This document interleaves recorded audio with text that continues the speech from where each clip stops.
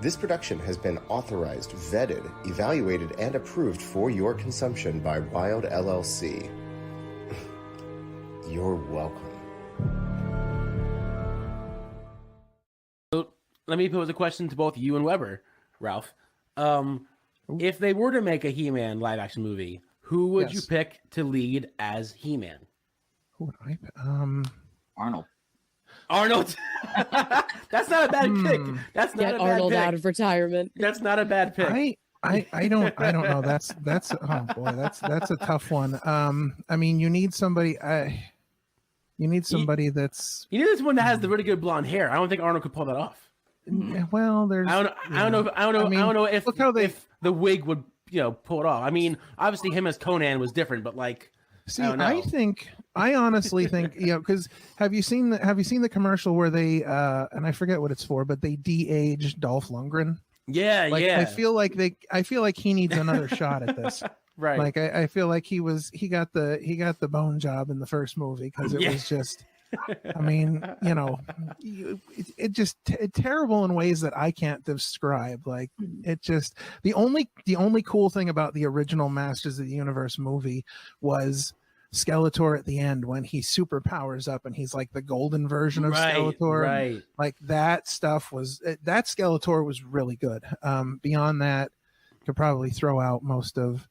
Although that is technically, I guess, considered canon because in the next season of the Netflix show, in the trailer, they actually show Gweldor from the movie, the little guy with the key. Yeah. So he's in that trailer. So I guess that's considered canon. But I don't know who could play He-Man. Again, it would have to be like a Chris Evans situation from Captain America, where when they did like the very puny version of Chris Evans before he gets the super soldier serum, because you got to have somebody that can play Adam and He-Man. So it'd have to be a situation like that. But yeah, even like that'd be great, like a Chris Evans or I don't know. Chris Hemsworth. I don't know. There's so many different, like it's such a hard role to cast. Yeah. I know that they role to cast. I'm pretty sure they cast somebody that I've never even really heard of. So I don't know. Oh, are they actually making a He-Man movie? It's back on. Yeah. They were gonna do one before. I think it was gonna be on Netflix before they did all this other stuff, because they have two He-Man cartoons on there right now. One that's the Kevin Smith one, and then they have the other one which is more geared towards like children today instead of gearing it towards like the people that watch the 80s series. But that one's really off the rails too. I had a hard time watching that one because it gets weird. It's got like you can tell it's definitely made to sell toy lines, because it's got like everybody getting like weird power-ups and I don't know. I had a hard time watching like it. You said toilets, not toilets. Toilets. Yes, toilets. Yes. They're selling toilets. I was like, wait. I know he said toys, but I'm so totally distracted by thinking. No, he definitely said toys. So you want to get the new line of the Masters of the Universe toilets. I will say that if you're buying them, the two that are probably the best selling toilets right now are the Beast Man toilet and the Moss Man toilet. Yep. Those are the two best selling lines. Makes a lot of sense. The Stinkor toilet is limited edition, so get it now while you can. Stinkor, that's great. I love that. This is going to make a great clip.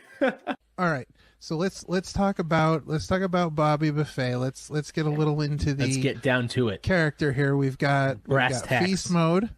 We've got Top of the Food Chain. Oh yeah. We've got Eat, Defeat, Repeat. Mm-hmm. We've got Hungry. Oh yeah. We've got the All Hungry. Bobby Buffet. So what has inspired you the best to create this character, the All Hungry Bobby Buffet? Let's just get right into it. Yeah, I mean, it's inspired by me 100%. First of all, as you can tell, I'm a bigger guy. Like I like to eat. I'm with you. This is very true. You know what I'm saying? Same. Yeah. Food is life. There are not many more me being in the kitchen, or you know what I'm saying, me trying some real good food. Right. Yeah. Definitely an emotion enhancer. All All right. So let's talk about Bobby Buffet. Let's get a little into the Let's get down to it. Character here. We've got feast mode. We've got top of the food chain. Oh yeah. We've got eat, defeat, repeat. Mm-hmm. We've got hungry. Oh yeah. We've got the all hungry. Oh yeah. Buffet.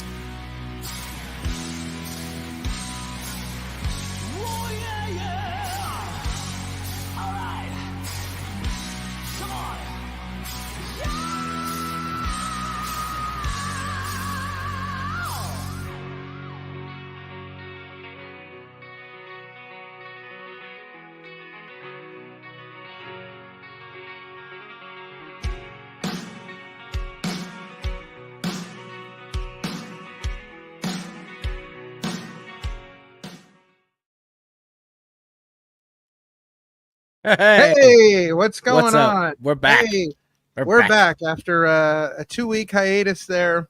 We are back. We're here. Not seeing things. It's King Ralph. It's Parmesan. Chillin with the OC is back. Presented by Wild LLC. Mm-hmm. When you're looking for the best business in the business, choose the financial stability of Wild LLC.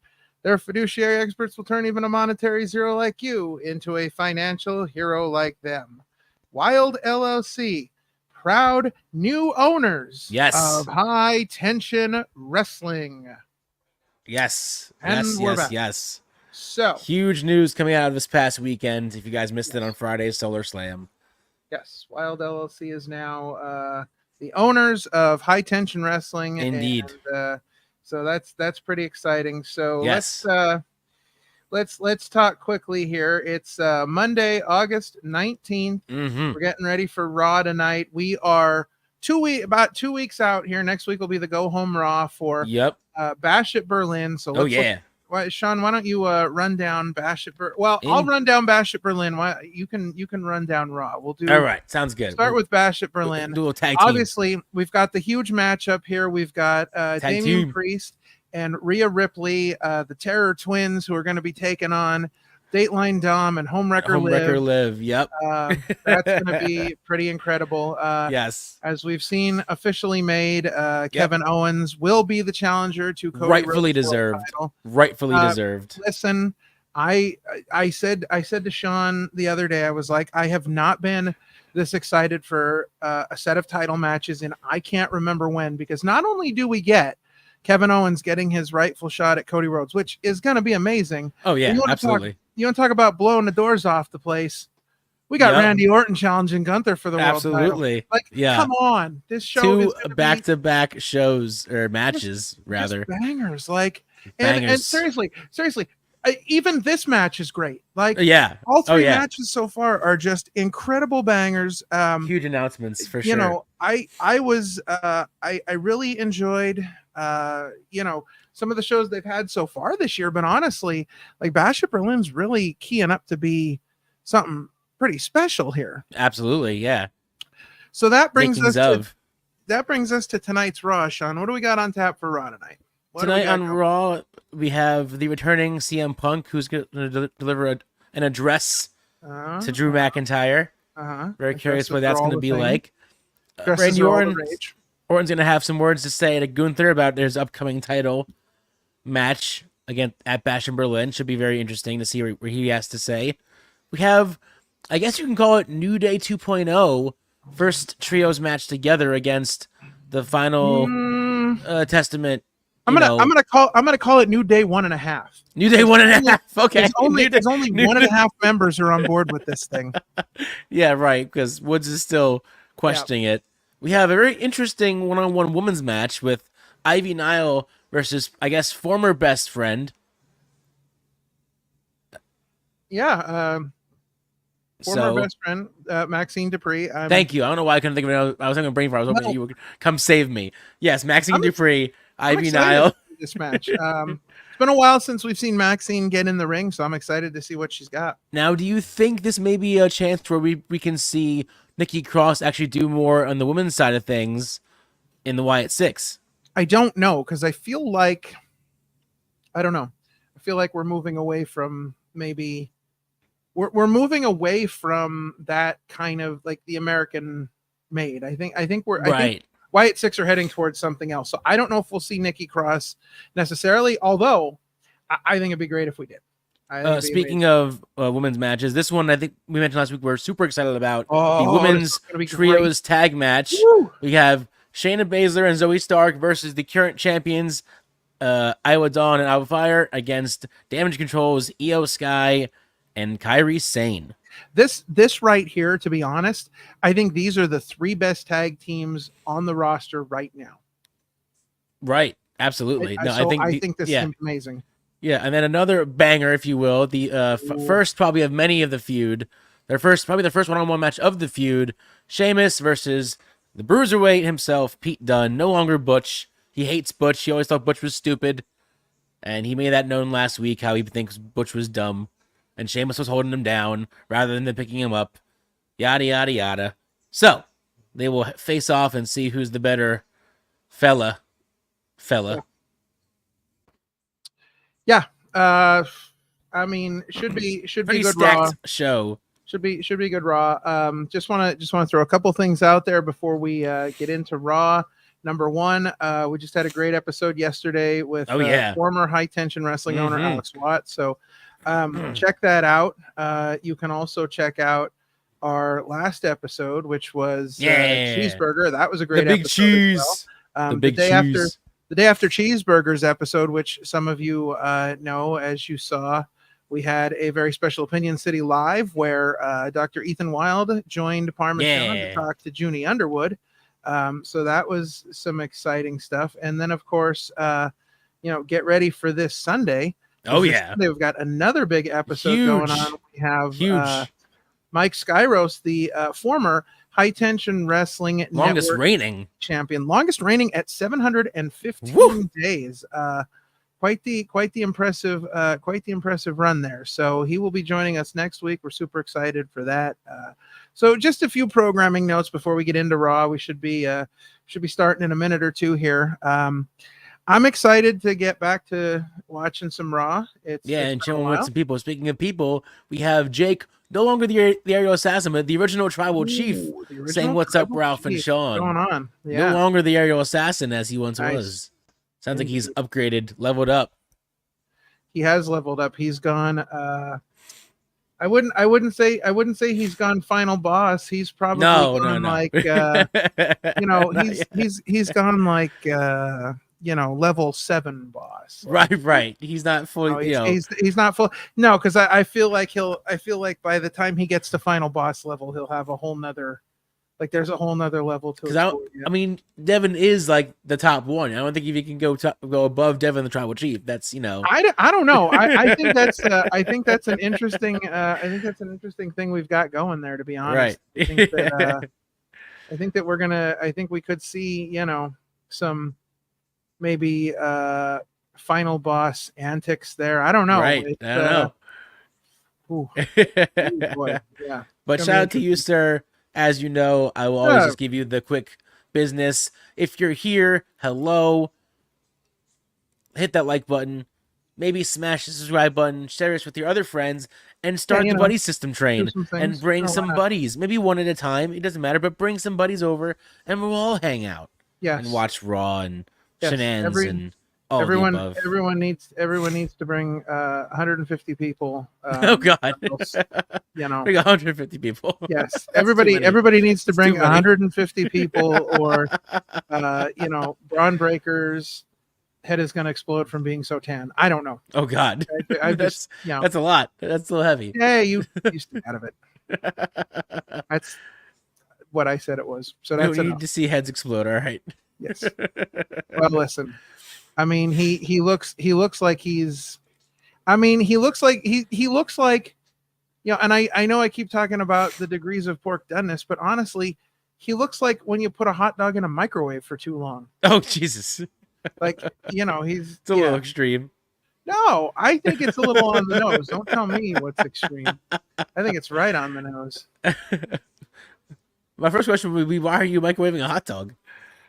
Because that crap on a grill or no, because you've already cooked the hot dog, and the hot dogs are already done, and so now you want to you want to heat up a hot dog quickly without having to do whatever. So yeah. Sure. Yeah, Sure, I know sure. what I'm talking about. Listen, I've eaten a hot dog or two in my day. I know what I'm talking about. There you have it. Actually, I had hamburgers for dinner. Oh, there you go. See, Yeah. You don't add the cheese? No, cheese? because I had I put ketchup on them and I had them with mashed potatoes. Oh, interesting. Oh, I got tricky there. Yeah, only had 9 minutes to eat. Throwing out the random Well, side there. Yeah. Burger with mashed potatoes. Yeah. Well, I was I worked late today, so Right. it is what it is. As luck would have it, my dinner today was actually like clutch because first of all, there was no traffic home, which was a plus. Got home right when I should have every day, which won't happen, but this was a good day. There's a pizza place right by me. I usually go out in there and grab like a few slices. I think I actually brought you there the last time you were we here. were there, yeah. Mm-hmm. But so I walked in and I was looking at slices and the lady at the counter goes, "This one right here is freshly made." I'm like, "Was it?" He was like, "Yeah." I'm like, "Done. 2 pieces." And I was out of there. Like didn't have to reheat it. It was fresh. I'm like, "Done. We're out." Got 2 slices. We're good. Gotcha. Yeah. I had no problems at all. I was like, "This is great." Go.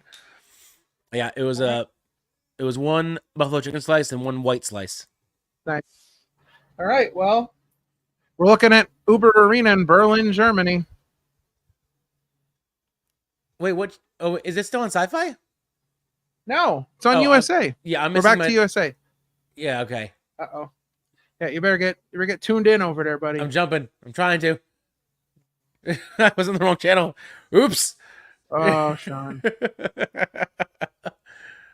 I was just wondering when I was watching like the voice on vlog. I was like, why is this a thing? There we go. All right, we're in. I'm watching Io Sky and Kari walk in. And now it's Rhea and Damien. I hear that they might change the name of the Judgment Day, the new Judgment Day's name. Okay. Orton's starting off the show. All right. Starting off. You're a little ahead of me. Okay. Let me know when you hear Orton's theme song. Okay.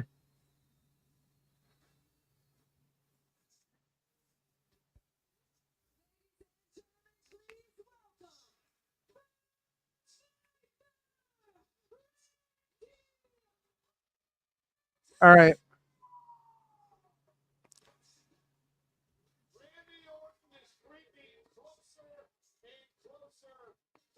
Oh, I can't pause it? That's annoying.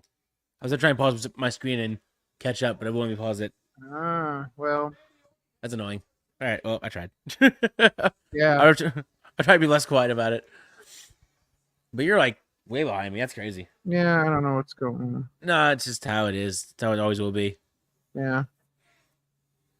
I love that Orton's theme is now being sang everywhere. Only took him like 20 years, but we got there. Indeed.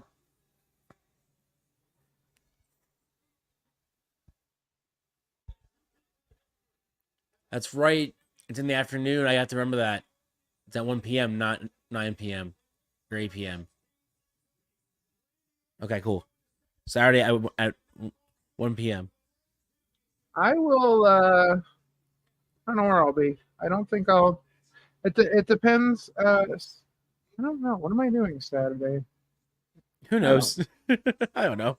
What are you doing? I thought something was happening Saturday, but I don't know.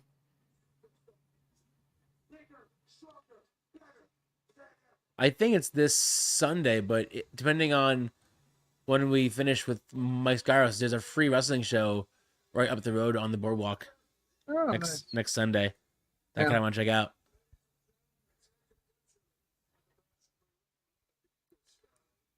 Gotcha.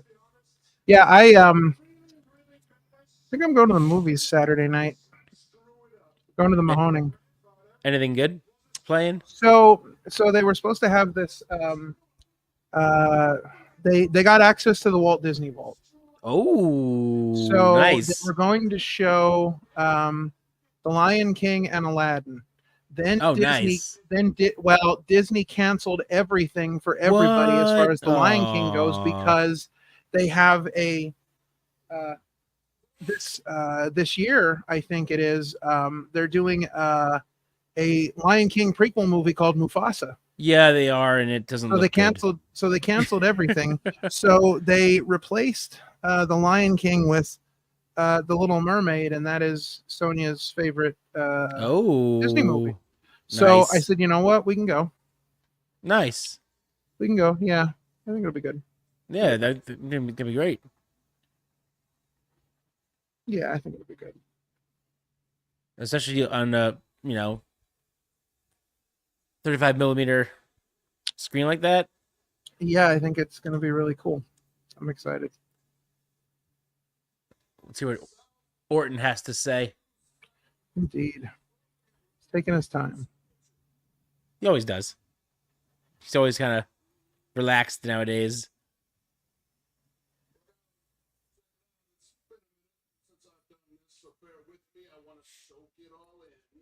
Ladies and gentlemen, welcome to Monday Night Raw. They all say it. Come on. Yeah. Next time that I make that introduction, I will be a 15-time world champion. Oh. Just calling his shot. Calling his shot. Mm-hmm. That's what it's for, the world championship. And that is all it had to be about, the legacy of the world title, but Gunther decided to go and make it personal. Which only gives me that much more reason to beat his ass in Berlin, pillar to post. Yeah, Oh boy. So he says. Do you think we'll see Orton become a 15-time champion before he retires? Maybe. It won't be this week then, though. No. Because I don't see that. Yeah. I agree.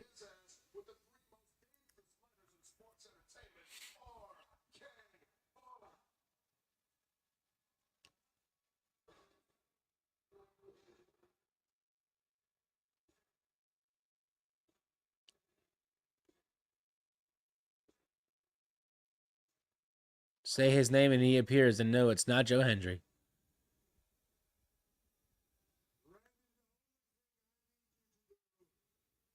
I like his flannel or his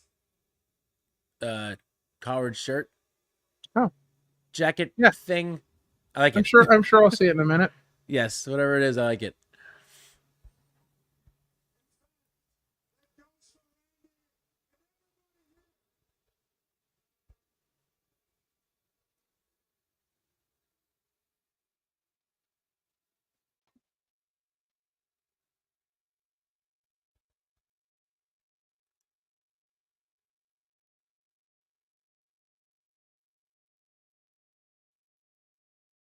Another promo battle.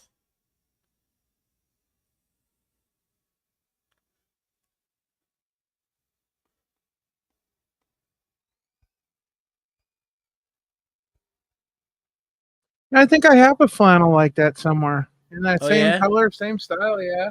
Oh yeah, same thing. Pretty same much, everything. yeah. I mean, I probably paid hundreds of dollars less for mine than he did, but right. He probably went full designer with it. I'd imagine. Full designer clothes. Yeah.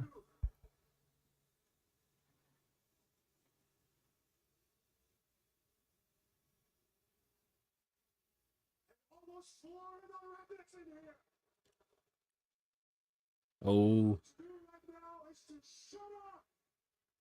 Gunther mad.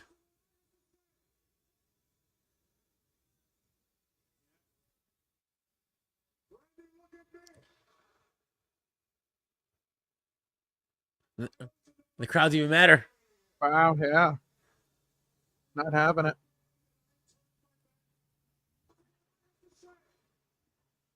Ooh. You getting mad about the red. They don't like him. Same. Yeah.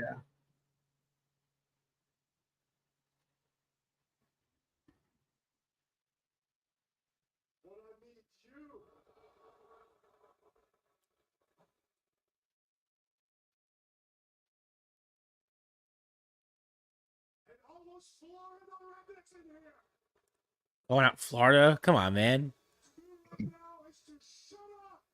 It's not nice. I love Howard's like, I didn't say anything. I don't know what you're gonna be for.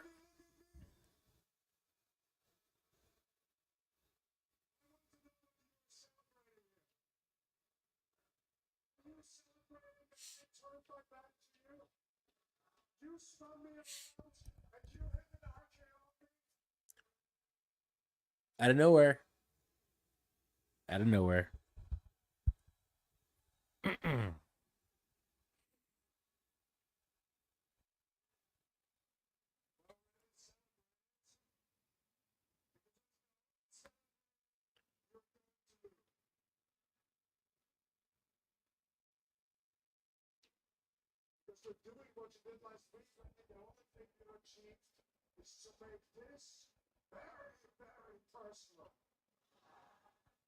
I love how as good the dog said, you could just see his veins get more and more prominent on his face.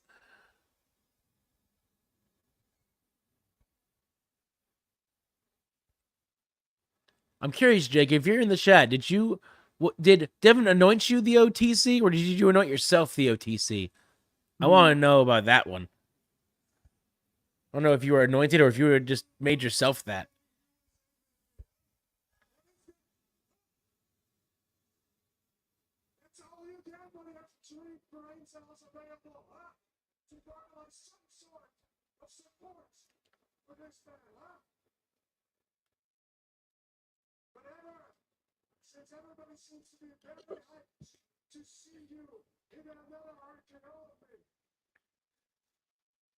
Ooh. Fighting words. Yeah, Gunther's mad. Gunther's not on the happy side right now. He's getting pissed. Because Orton's got all the cheers.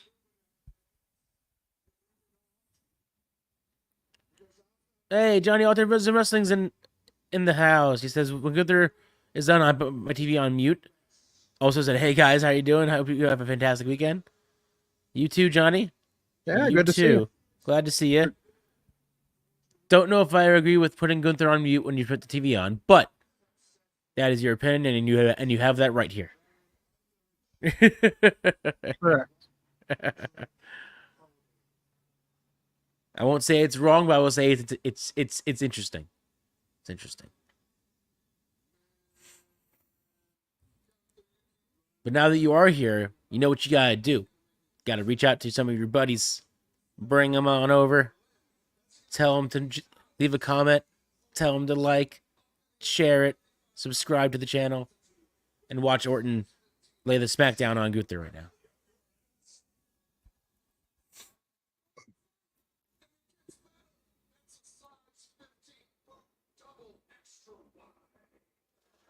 Double extra wide.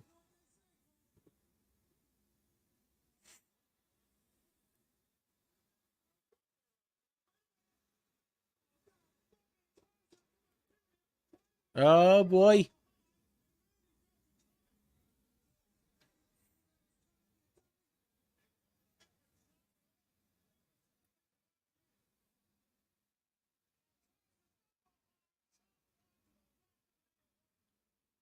Oh boy. Imperium with the attack. Indeed. Johnny had a match on the weekend, and there's another match coming up in October. Manny Lemons, he is my partner. Wow. Oh, very Look exciting. at you, Johnny. Very cool. We used to need to reach out to this one king of the lemonade stand, Manny Lemons, Indeed, so we can ask do. him if he has Manny Lemons. Because I have to know. Get the hook. Get the hook.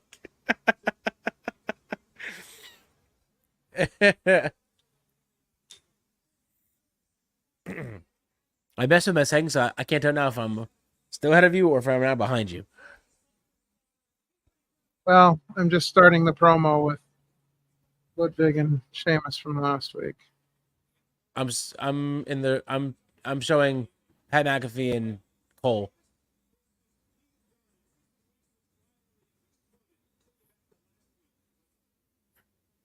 Go a little bit more ahead of time.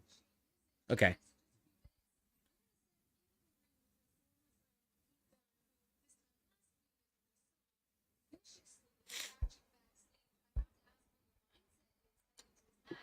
Who did you face, Johnny Autism Wrestling, in your match? I'm curious. And did you win the match? Also curious.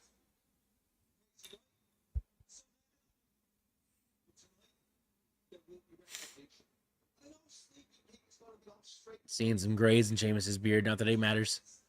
Just, just noticing it. Johnny's gonna try to make himself good for his match in October, as you should. As you should. Train up. You know. Do what you gotta do to get that match. Get that W. Don't yell at me, Sheamus. I need to be yelled at. I still hate his new theme. It's not good.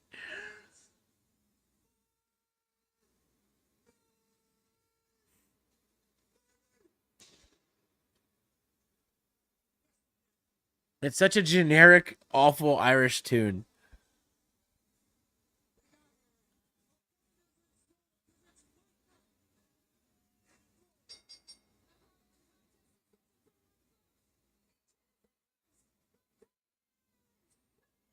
Oh, he lost because their opponents cheated like the bloodline. Sorry to hear that, Johnny boy.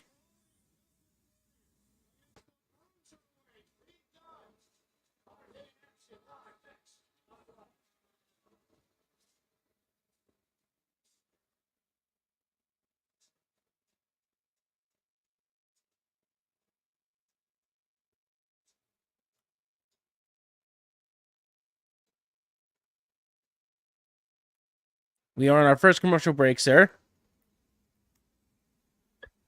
Indeed, we are. As they're showing off all the belts for all the sports now. They have belts for literally all the sports. Of course. Why But not? they're not cheap, so... No, they are not. They are the least bit cheap. No,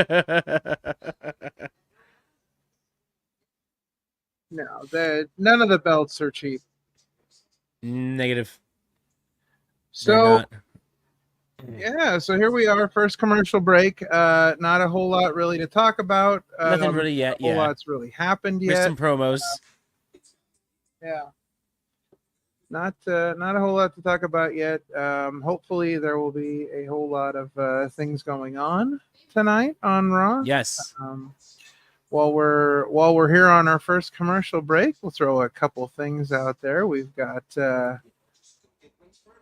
new merch, as you can see. We have the Wild LLC Let Us In the OC logo, but that's not all we have, because we have all the merch. We got some Raw merch as well. Yeah. Get your Raw designs. Yeah, Support the show. If you're a fan of the old school Raw, get the old school Raw. If you're a fan of the new school Raw, get the new school Raw. Listen, do whatever you feel like. It's all about, it's all about doing whatever you feel like. Do whatever you want to do. Indeed. So yeah, we've got a lot of things going on here. So let's see, we're like 12 days away from Bash at Berlin's what, the 25th, so Saturday. No, 31st it is. I'm sorry. Yeah, Saturday 31st. Yeah, so like the 25th is we're 12 days away. So as we brought up earlier, just to throw up quick again, we've only got 3 matches so far. So we've got only 3. We've got the Terror Twins of Damian Priest and Rhea Ripley against Dateline Dom and Homewrecker Liv. Yep. We've got Kevin Owens versus Cody Rhodes. Indeed. For rightfully the title. Deserved. We got Randy and Gunther for the title. And quite honestly, I mean, it's a good card so far, but it's not a very full absolutely. card. So No, we've got some other things to it's get gotta in fill there out. It's got to fill out. And I've noticed that it seems like we're at a point now where we're not really being very concerned about defending titles on shows anymore. Like Right. we're only getting There's a few here and there, but a couple title defenses. Because I mean, right. We've got Liv Morgan in the tag match, so that takes the Raw Women's title out. I don't know what's going to happen over on SmackDown if we're going to get. Maybe we'll get a women's title match from SmackDown because we're not getting the Raw title match. I don't know. It's just, I think we're at a point now where they're really starting to hit that wall when it's like we've got too many titles and we can't do everything all the time. Right. Yeah. So many titles. But I think that's the smart move is that you can, because you have so many, you can kind of just disperse them rather than just keep doing all of them over and over and over again. You can sort of but I don't like that because the whole point of pay-per-views and PLEs was to make them feel special. And like if your titles aren't being defended, now the Intercontinental title was defended on Raw. Sammy got his rematch. But like if you're not defending titles on television all the time, then the pay-per-views of the PLEs are supposed to be where these special things happen, right. and we're not getting that now. So I don't know. It's always been to me like I felt like we should have. I'm still of the opinion one world champion, one mid card champion, one women's champion, even put a mid card women's title in there, and then 2 sets of tag champs, men's and women's, and that's it. Like, it needs to be simple. It should have always been simple. Yeah. And then pay-per-views would be special because like the PLEs now would have all of the titles. Yeah. Oh, new match announced. Main event, Randy Orton and the Ludwig Kaiser. Oh. So now you're a little bit ahead of me now. Oh boy. Well, because I thought I was trying to help. But now I didn't. Let me back out. Oh, Pat McAfee in Ireland.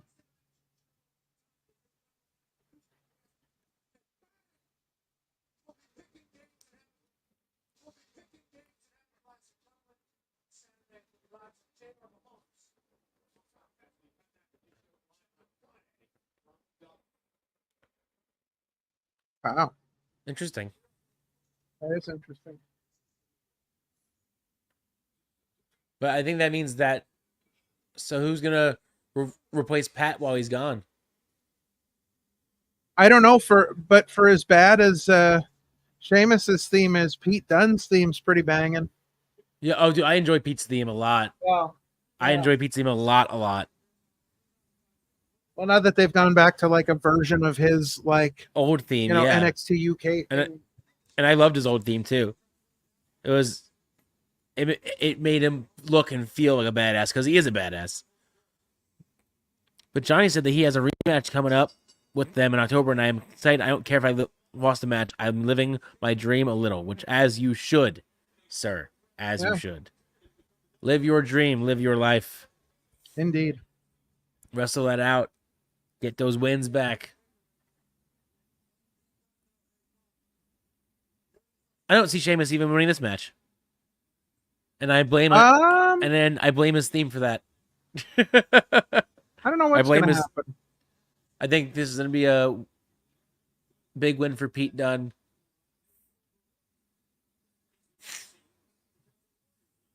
Yeah, I don't know.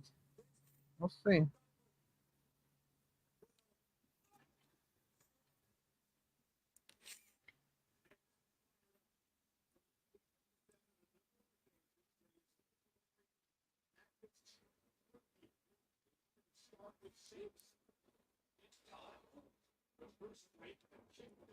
I realized that our upcoming episode 70 is the day before my birthday.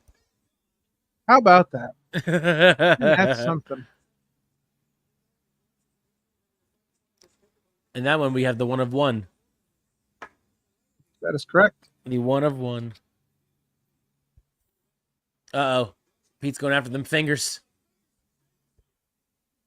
Well, my birthday is in the middle of the week, so the episode after my birthday is we haven't announced that one yet, so I'm not gonna throw that out there. No. Not yet. We'll get there. We'll get there. Yeah, and this week we'll be throwing out some September episodes. We've announced one so far, but we've got a couple other to announce yet. Yep. Indeed. He took that table hard.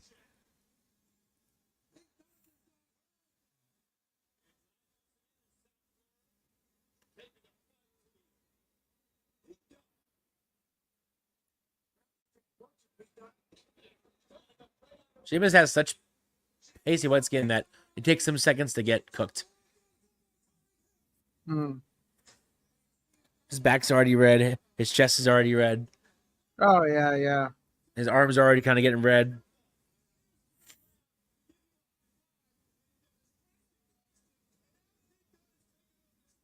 Pete Dunne's taking the lead.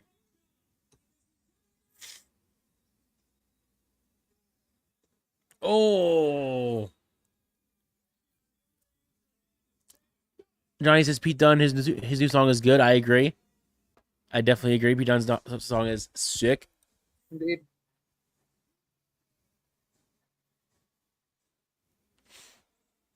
I think it's way better than Sheamus' theme song.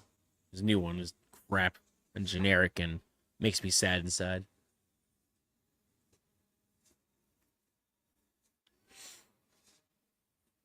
So here's a question I just thought about.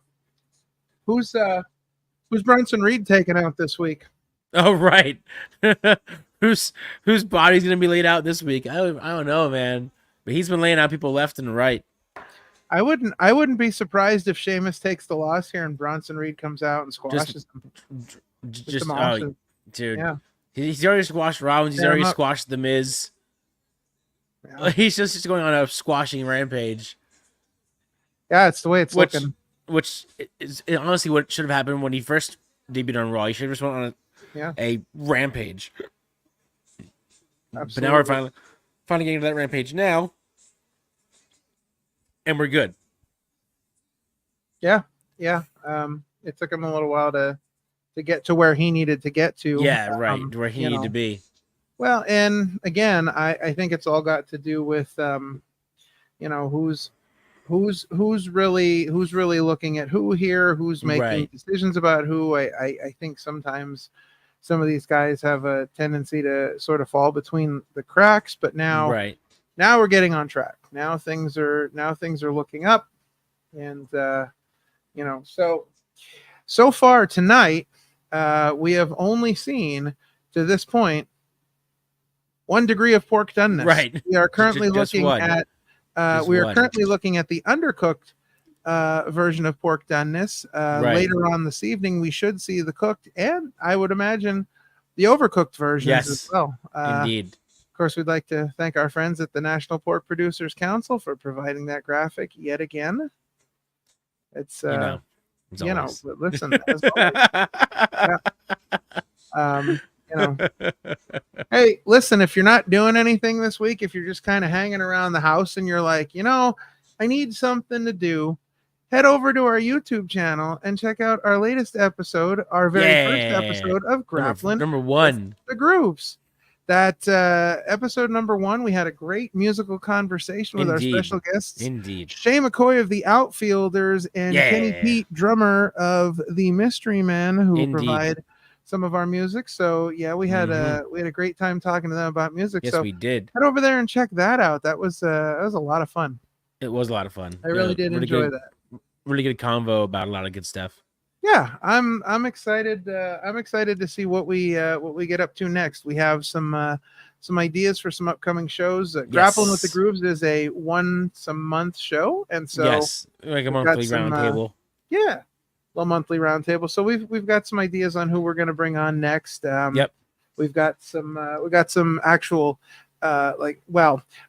Kenny is an actual musician, but we have some wrestlers who are musicians as well. That we're going to be bringing on the show soon, and I think that'll be really interesting when we get to talk to people who who are wrestlers but also do music as well. Yeah, like our musicians, artists, whatever. Sure.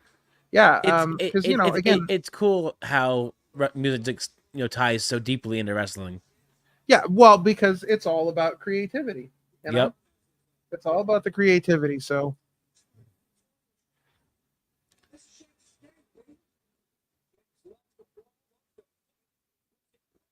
Jesus, these guys are just going at it. Guys aren't holding any punches or slaps. no. Jesus.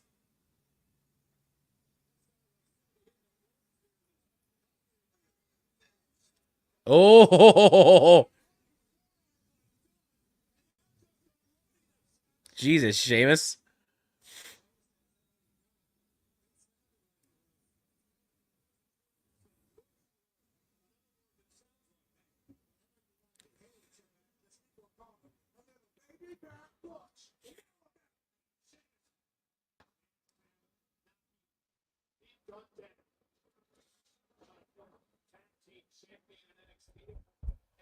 I do always love these style of matches where they just beat the crap out of each other.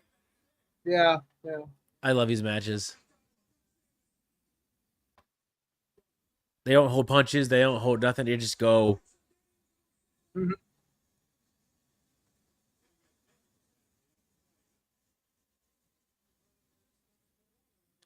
Uh-oh. By the ropes.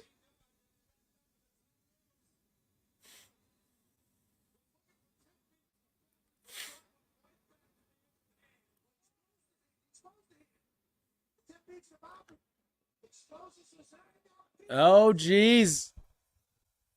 Little role reversal.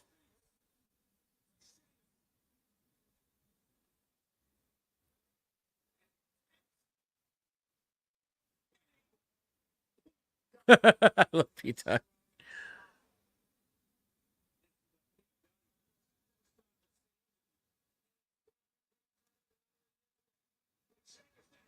Never mind.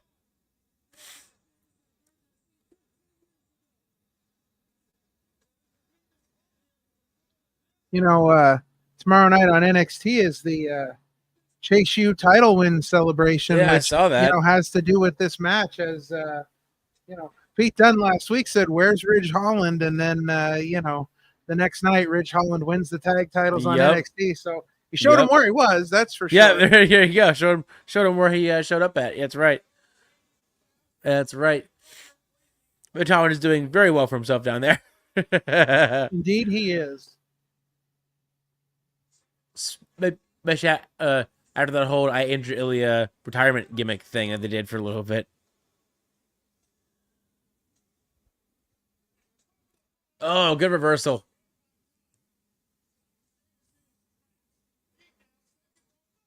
Oh my God. That looked rough.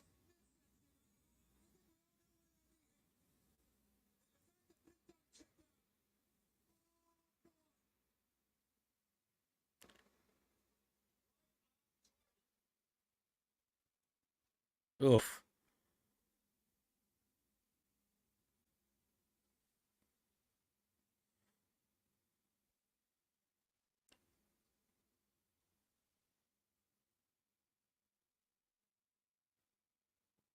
I don't know if you're up to that one knee yet, but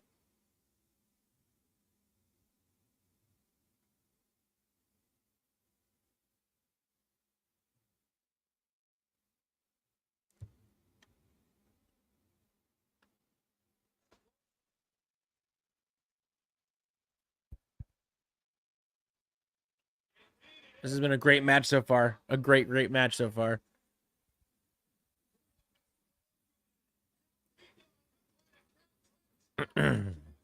Yes, it's really been a great way to start off Raw.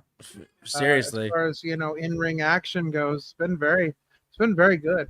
it's been very quite enjoyable. Oh,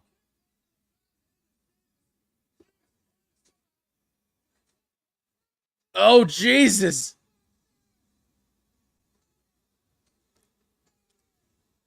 I stand corrected. I eat my words. I eat my words.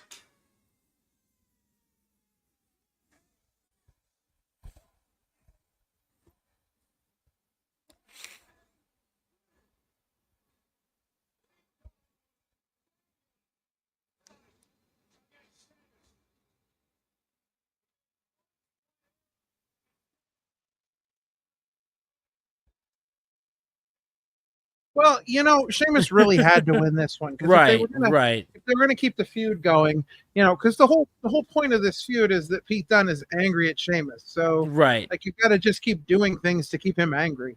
right.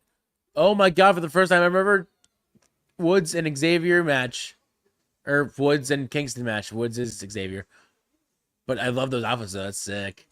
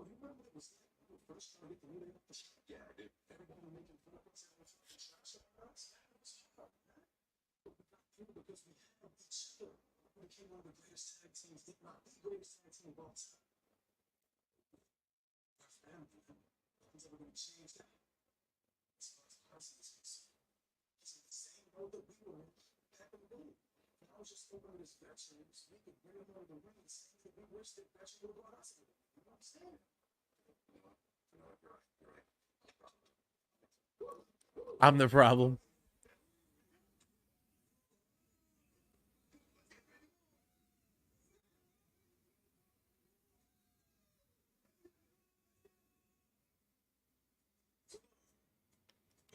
Let me know when you finish that promo.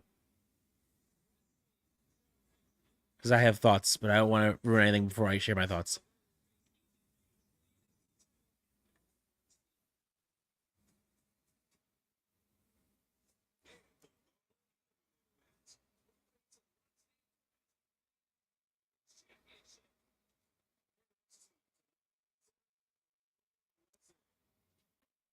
All right, so the promo's over. I have thoughts. I know what's gonna happen. I know what's gonna happen. If that didn't scream Kofi's turning heel now, I don't know Kofi's what did. Tonight. Oh, you better believe it. You better. And I'm telling you, I have been calling this for months, and people think I'm crazy. But when he turns, we're gonna see Zero. You're gonna see what you mean Woods as a face? No, we're gonna see Xavier Woods turning heel from WWE 2K24, right, Alter Ego Zero. That's what we're gonna see. Right. I'm calling it right now. Calling it right now. I've been calling it for months, but he's calling it for months, but now he's calling it right now. Yeah, it's gonna get bad before it gets better. I don't know if it was turning specifically tonight, but I'm saying in general after that promo. Now I definitely think Kofi's turning heel. If not tonight, then at some point. No, I think this is. I think this is the turn, and I think Kofi's going to challenge him to a match at Bash at Berlin next week. Oh. Or he's going to challenge him tonight in a backstage interview, and Woods is going to accept next week. Or decline to accept, and then Adam Pearce is going to sign it, or something's going to happen. Something crazy. I think we're going to get the two of them at Bash at Berlin. Yes, just call it Bash at the Beach. That's it. Just Germany's Bash at the Beach, live from Germany. Germany's about as much of a beach as anywhere. Right. I don't know. Maybe they do have beaches. What do I know? I don't know. There's no beaches even in Bayou, is there? Or is it like a hop, skipping, and jumping away? No, there's technically beaches because I have lakes. Remember, and I have beaches at the lake. Johnny asks, "Do you think Xavier Woods turns tonight?" Yeah. Oh, I think that's the move.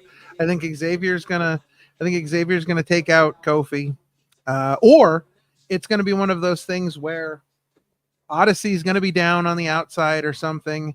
Right. Kofi's going to be fighting for the hot tag, and as he goes for the hot tag, Woods is just going to drop off the apron and walk Right. away. And say, nope. Yeah. It's going to be Strike Force at WrestleMania 5 all over again. Oh wow. It's What a callback. Yeah, that is a callback where Rick Martel walks out on Tito Santana. Yeah. Right. Jeez. Because Tito Santana goes for the flying forearm. The opponent ducks, he hits Rick Martel, and then when Tito goes for the tag, Rick Martel just nope. Leaves, just bounces. Absolutely leaves him in the lurch at WrestleMania. Yeah. That started one of my favorite heel turns of all time. Yes, I am a model, Rick Martel. Aha. Big huge button that says yes, I am a model. Right. And, yes, I am a model. His spray can of arrogance. Right. Perfume, which was funny because I saw him at an indie show and some kids ran up to the ring and stole the arrogance bottle and they tried squirting it. There was nothing in it. Oh, really? Yeah. They were probably so sad. What? Why is it empty? Why is it empty? It was a sad moment. Yeah.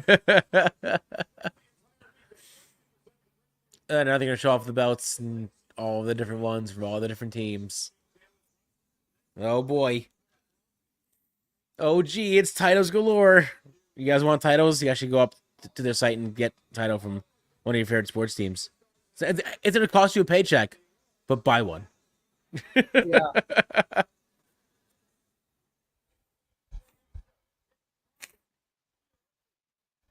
I'm not a belt guy to begin with. What I did see was interesting about the Fanatics Fest was that the WWE superstars were the only ones to sell out their photo ops and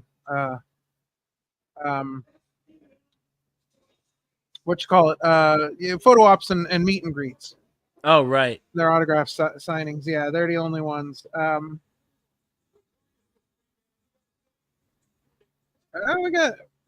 We got an interesting question here. Should we answer it? It's up to you. Let's do it. Listen, I'm open. All about. I'm all right. book. So Mohawk Skywalker. What's up, Mohawk? First of all, that has an amazing username. May I add? That is quite cool. I don't know if we're saying it right or not, but yes. Yes. All right. So my girlfriend just broke up with me. Y'all got any advice?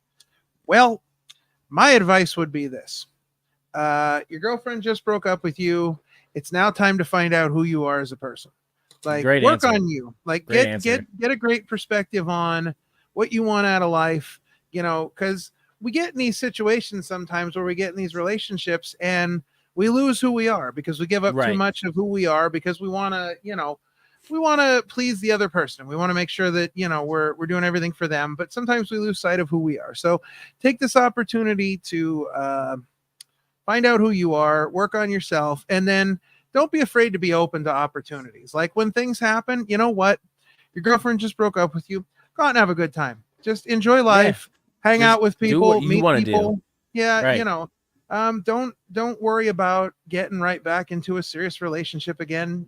Just go out and have a good time. And while you're at it, on Monday nights at 7:45 Eastern Standard Time, come join us. Come chill with us. Yeah, you know what? You come hang out with us. We'll talk to you every single Monday night. Yes, we will chat it up. If you show up on Friday nights, we got some answers. Maybe one brother, maybe multiple brothers, maybe people who aren't even brothers. The bros. They'll talk to you on Friday night too. Just come hang out with us. We'll be your friend. Come chill. Seriously, yeah. Just come chill with us. Come hang out. Enjoy some Monday Night Raw, some Friday Night SmackDown. Just enjoy some wrestling with some friends. We're all friends here. Thank you, sir. Thank you for the subscribe. Yeah, I appreciate that. Appreciate that. Yeah. Listen, you are always welcome here. We're just chilling here. So this is chilling. We're chilling, watching Raw.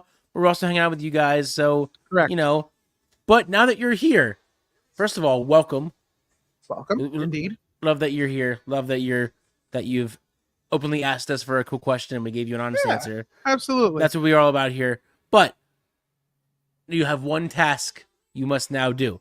You must now go out, grab a buddy, grab a friend, tell them to get on over here chilling with the OC, tell them to leave a comment down below, tell them to hit that like button, share us out, maybe even hit the subscribe button. We'd appreciate all of that. And just tell them, hey, you're chilling with these two guys that are watching Raw and just chilling out and watching wrestling together. Yeah, we're having a good time. That's what we're doing. We're all about All about having a good time. All about the good times.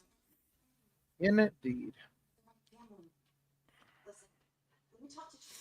Maybe you can be a part of our group. You know, I don't know about them, but that's not necessary. I'm staying with my family.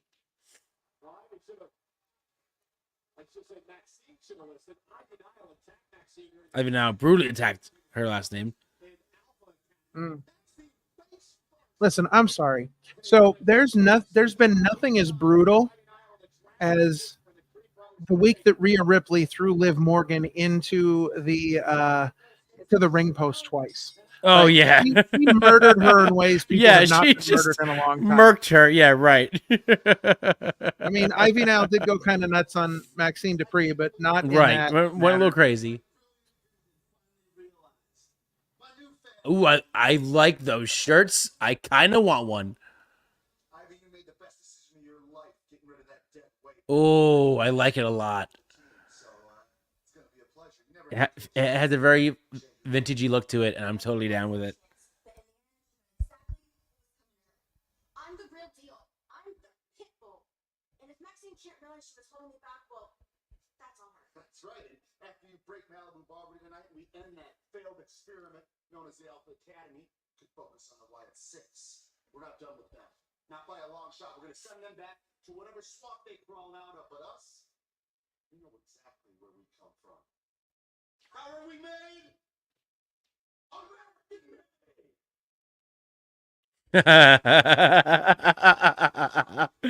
Oh, man. Oh, man.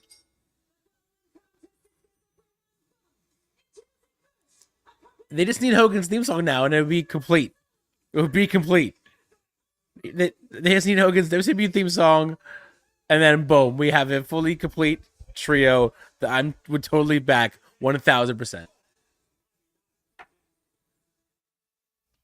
I already enjoy that shirt design because it reminds me of Team Angle a little bit.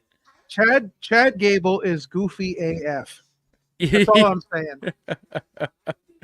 That's what makes him Chad, though. That's why I enjoy him. I enjoy this like goofy miracle run, but he's also dead serious, but he's not dead serious. I just love it. It's just it's so entertaining. I'm thoroughly entertained.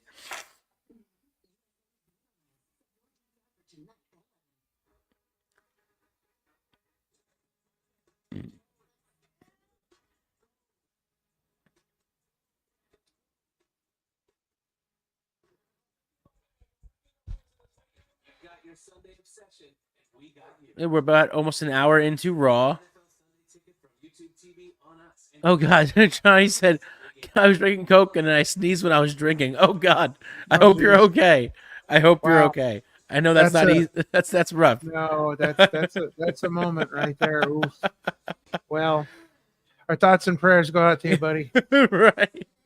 So we are now we're about 12 minutes away from being 1 hour in the books. Oh, here on Monday Night Raw. We're getting ready for another match, which I'm a little concerned for Maxine because she seems to be heading to the ring without her boys. They were just kind of standing in the back dancing, and that's mistake number one. Right. Because American Made Ivy Nile don't ride alone. Oh no. Oh no. They do not ride alone. So we've got some new folks here, Sean. We should we should tell them about the other fun we have. And guess what that is? What is that? Boom! We have on the Discord. Yeah. Discord. Join the Discord. Yeah, come. Give us all your hot takes, your opinions. Have a good time. Yeah. If you're a big foodie, post pictures of your food there. Talking about movies, TV shows, sports. We got Jake the OG, Tribal Chief, with all your wrestling news and sports updates. If you want any updates, just ask him. He has all the deets for you. Indeed. So join us over on the Discord and have a good time. Yes. Yeah. Chill over there. Yeah, we got all kinds of good all things sorts of goodies over there. We got all sorts of good things. We have a good time. We do enjoy hanging out and just doing our thing. Like memes, posting memes there too. Oh yeah, we love memes. All the memes, all the stuff. Yeah. And don't forget, we mentioned this before, but while we're always chilling here on Monday nights, we're chilling on Friday nights too. Oh yeah, we're chilling with the bros, or a bro, there's or a one bro. brother, there's two brothers, there's who knows brothers, there's guys that aren't even brothers. It's a whole thing, and we have they have such a good time over there. They do. They really do. We have fun over there. It's a good time. So we have good times. If you love chilling with the OC, you'll love chilling with the bros. Yeah. Yeah. We're all about chilling. Yeah. Yeah, Maxine went alone. That was a mistake. So do we think that do we think that the White Six are going to get involved here at all? Because I thought they were done with American Made, but as it turns out, American Made's not done with them, according to good old Chad Gable there. Yeah, I think we could see multiple angles of the White Six, which I've been enjoying. I've been enjoying that we don't just get one segment; we get multiple throughout the show. It's not just hey, there's one and that's it. So this is strange. Ivy Nile, who just joined the team, is not coming out to the American Made music or graphics. Whereas Maxine Dupree came out to the Alpha Academy graphics and music. Well, I don't even think that she has her own theme song yet. I think she's just been using Alpha Academy's theme as her song. I don't. Whereas, well, maybe, but I mean, she does have a theme song because she was down in NXT. Right. So I mean, I'm just saying, like, it's kind of strange that they went through this whole thing to say, "Oh, Ivy Nile, you're now a part of the team," but you don't get the music or graphics yet. This may be her first test. Can you beat Maxine Dupree by yourself without the help of American Made? Maybe. Although Maxine Dupree's been impressing me with the wrestling lately. She's been pretty good. She's been doing pretty good. Yeah.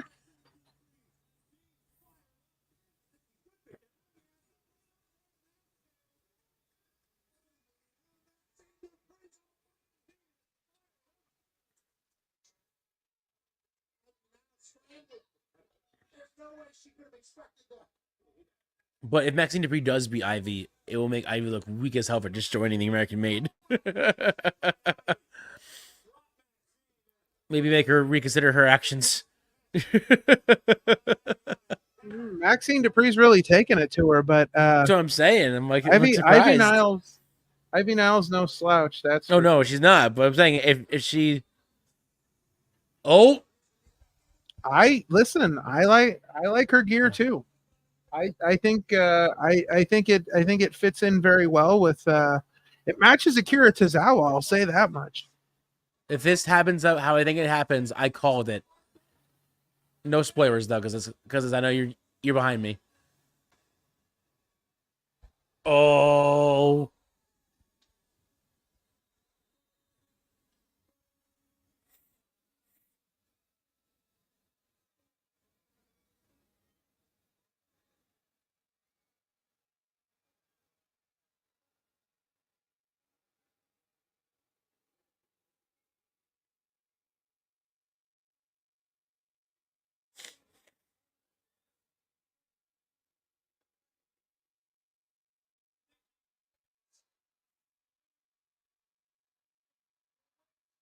Oh.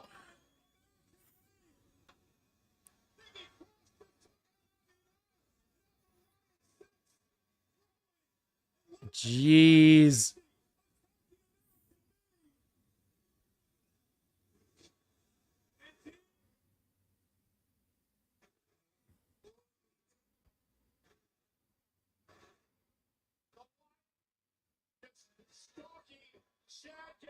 Jack Gable's left the line in the middle of the ring with Wyatt Six. All alone, and Reed's been taken out. Ivy's been taken out. Gable should have kept his mouth shut.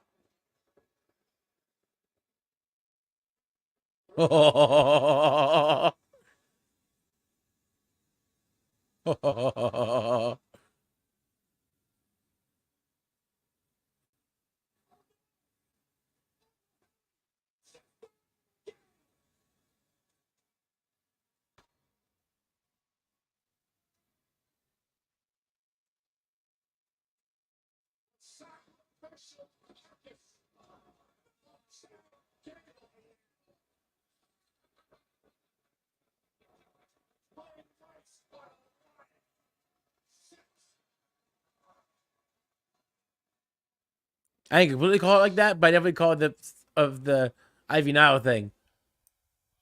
Oh. Yes, Johnny. You do know what happened. I'm not gonna say it out loud. But he also asked, will it be weird if I say I liked Maxine's gear tonight? Yes, I already addressed that comment. Oh, I didn't wasn't listening. I was enthralled in on what was on screen. What did you say? Yes, weird, or no, weird? No weird. No, I didn't think it was weird. I like their gear too. It matches Akira Tozawa. Right. Johnny, I agree with you, and I hope that when they move to Netflix, they stop muting the fans. I agree. It's annoying. Yeah, it cuts off half the show. So we're gonna get, in my estimation, I think we're gonna get a strap match between CM Punk and Drew McIntyre at Bash at Berlin. I think that's what Punk's going out there to do, is make the challenge right now. What for the strap match? Yeah, because he was wearing the strap around his neck. Right. Yeah, I hope that when Raw moves to Netflix, they stop muting fans, and I hope that when SmackDown moves to USA, they stop blacking out the screen. Well, I mean, they're not blacking out the screen anymore. They're just, I mean, we can see that they're still muting on USA. So certain things will still, I mean, more like for Fox, because yeah, with WWE on Fox, they're so bad about blacking out the screen instead of just muting the audio. I'll be happy when they move to USA, they'll at least stop blacking out the screen. Yeah, it'll just be muting the audio whenever there's a FU. Or a bad sign or an FU sign or whatever the hell. Mm-hmm.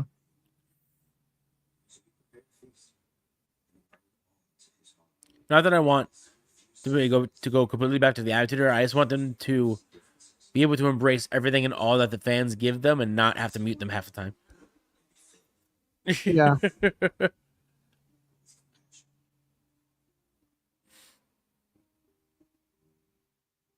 I'm curious though, when they do move to Netflix, if that will be the start of many shows going live on Netflix, or if it's just going to be the only show that's going live on Netflix. What do you mean? Like other WWE shows? No, like in general, like how there's not many live shows on Netflix, but I think it's more going to be revolving around sports. I think Netflix is going to get more into live sports, whereas because that's like the big thing right now. That's what all the streaming companies are really pushing, is live sports. So I think it's probably going to end up. I noticed that Max has their sports section now. Mm-hmm. Yeah. So I think that's what's going to end up happening. Johnny says Fox during SmackDown, they will mute the fans to what's wrong with the fans saying swear words when you have Family Guy on your channel. Well, he makes an interesting point. A very valid point. Yeah, I agree. A very valid point there, sir. You could have an animated Peter saying anything he wants, but you can't have real life people saying the F-bomb. Ridiculous. Uncalled for. Now they're having another kickoff show. Friday, August 30th. Yeah. At 10 a.m. though. 10 a.m. Because of the time change.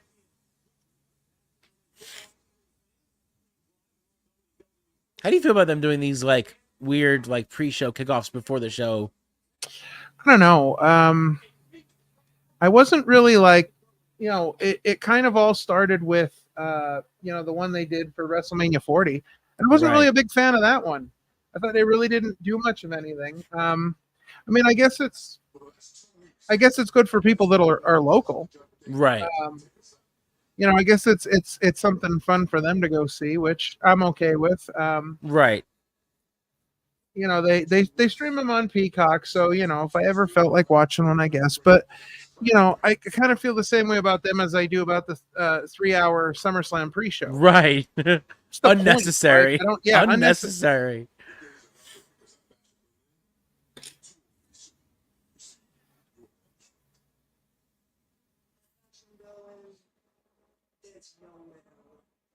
And there's no way. Dog, you're gonna find out real quick that it was Damien and myself that were keeping you safe this entire time. And as for the moment you said you've taken everything from me, you haven't taken everything. Actually, all that you've really done is become the one thing that you truly want. A discount liquid. Damn. Saying those harsh words. I love that they're actually calling themselves the Terror Twins. I thought that was something that you made up. I didn't think that was what they were actually calling themselves. No, yeah. I saw that. I heard and saw that somewhere, and I was like, oh, okay, all right, I got you. I love it. I love that name for them. I really do. The Terror Twins. That's great.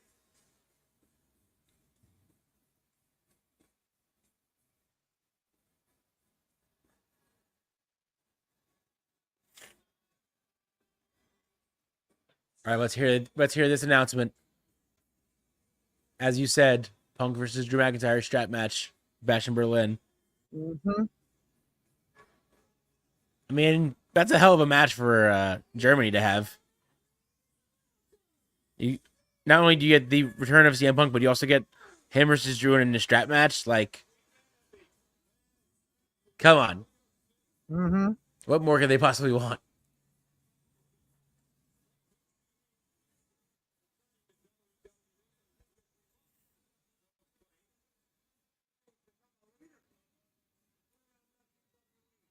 Sold out everything. I love seeing how happy CM Punk is now. Like he seems like he's truly in a happy place ever since he joined the WWE. Mm-hmm. Like it was always like he needed to go away. He needed to go back to wrestling to see if he missed it, and then having experienced it, he needed to go back home. Now that he's home, he's like you can just see it in his eyes, and he's just gleaming every time he walks out that curtain. Yeah, it's definitely a different version of him.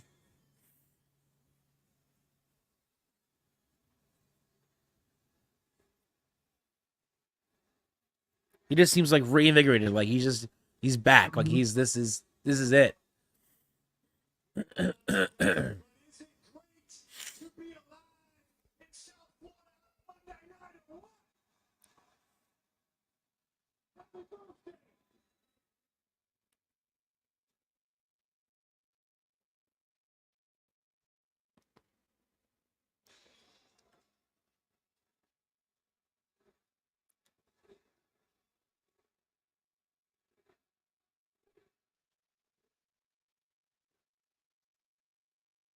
We got a lot to get to, but is it great to be alive in South Florida on Monday night or what?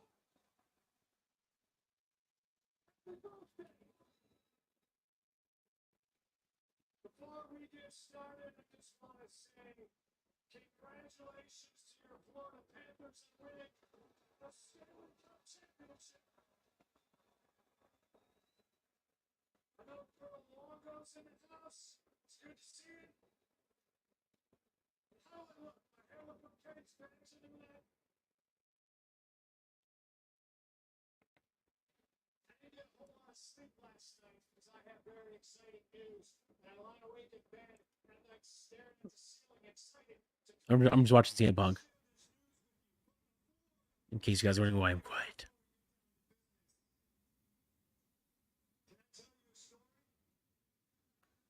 Story time with CM Punk, baby.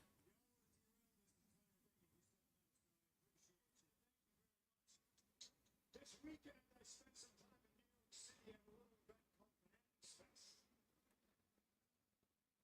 Somebody in the green room in between signing and taking pictures of a lot of you lovely fans that asked me about this hot streak WWE is on right now. Selling out buildings all over the world. And they asked me, why do you, CM Punk, think you're on such a hot streak? The answer is easy. It's you. Why are we on a hot streak?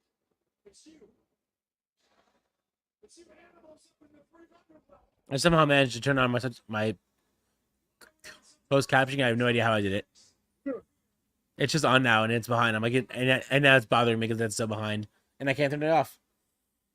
Because I don't even know how I turned it on.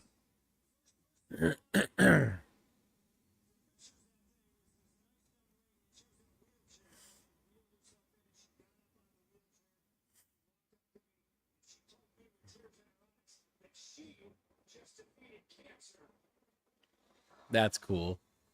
That's cool.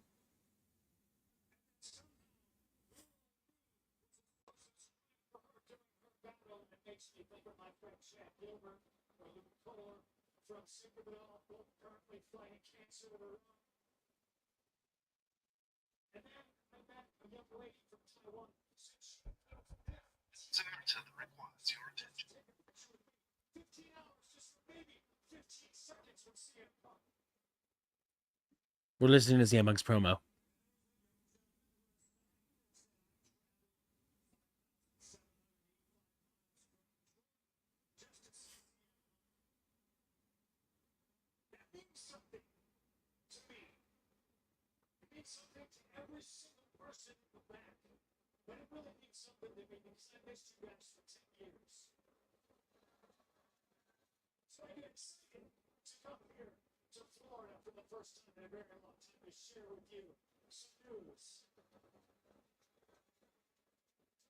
Do you think Drew comes out and beats him with the strap?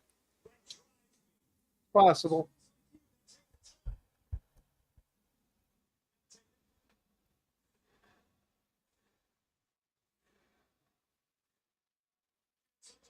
Payback for last week. It's possible. I got to do something to get this going. I have a hard time believing you can see one without the other anywhere. What, you mean Drew and Punk? Yeah. Right.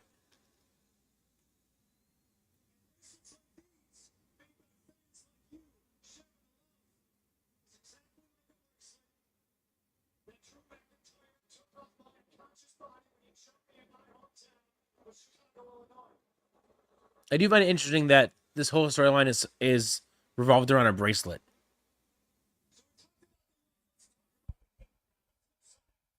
All of this happened because of a bracelet. All of this whole feud happened because of a bracelet.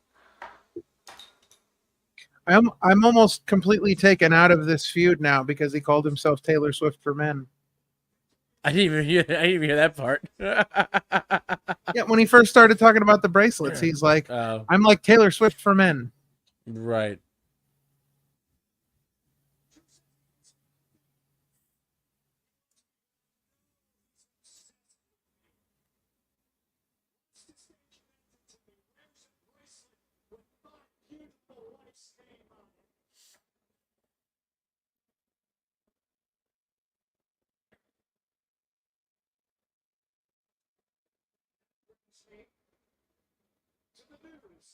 At some point, because I have a hard time believing that we're going to get through this entire feud, and this feud is going to be 100% over without AJ making one appearance. It might. I mean, they've asked Punk multiple times since he's been back about AJ constantly, and he's always said it's up to her. Like, it's her call. I get that. I can't see we're not. If she wants to, she will. If she won't, she won't. I just can't believe we're not going to see her at least once. There it is. Strap match.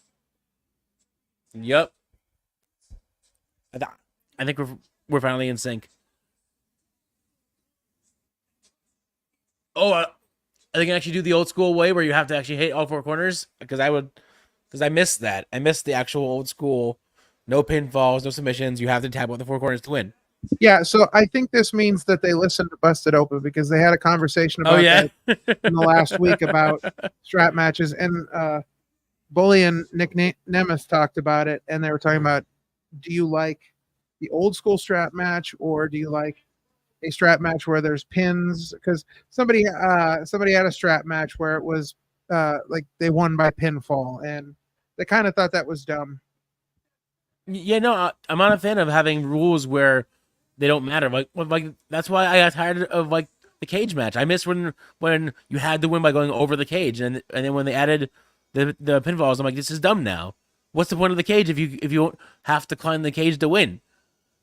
Well, part of the reason that they did that was because the old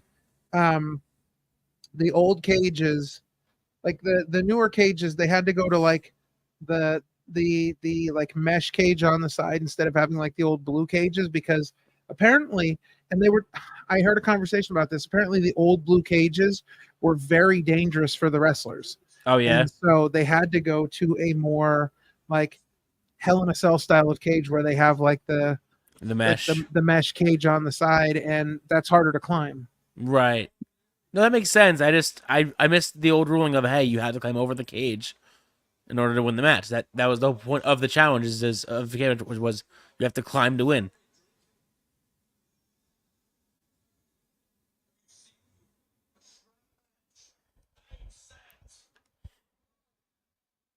And there it is. Made official.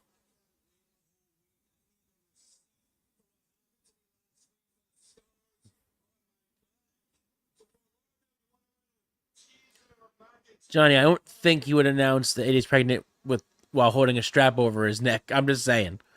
I'm just throwing it out there. We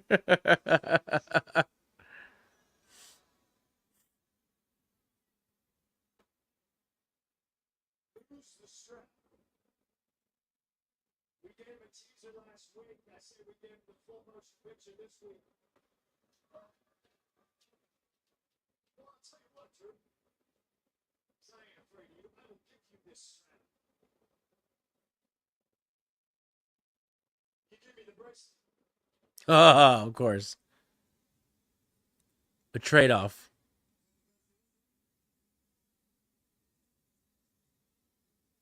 My question is, why does Drew even want the bracelet? I know it's out of like, I want to make you mad, but it looks so silly on you. Listen, it's the whole point of it. Like it's one thing he knows that pisses off CM Punk. Right. So he's gonna do it all the time.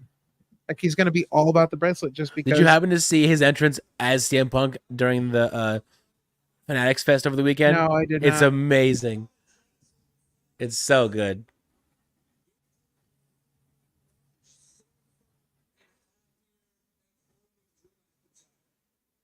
Oh.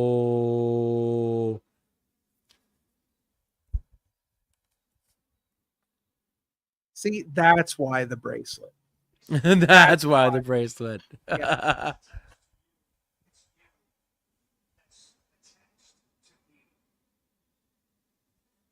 That's why.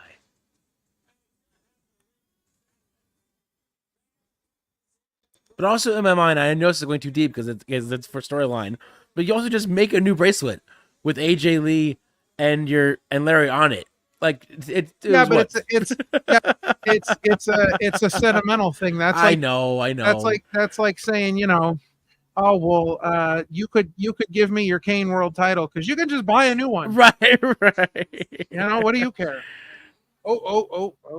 Oh, we have Home Record Live and Dateline Dom. Dateline Dom, yeah.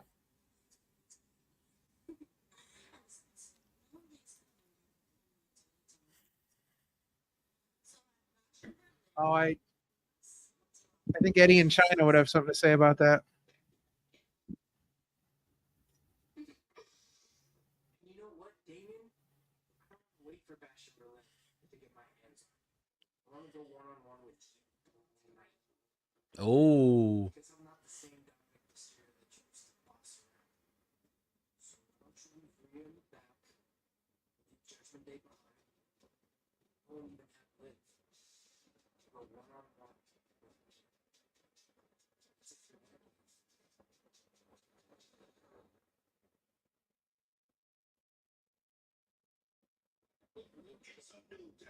Challenge has been laid out for tonight, later on.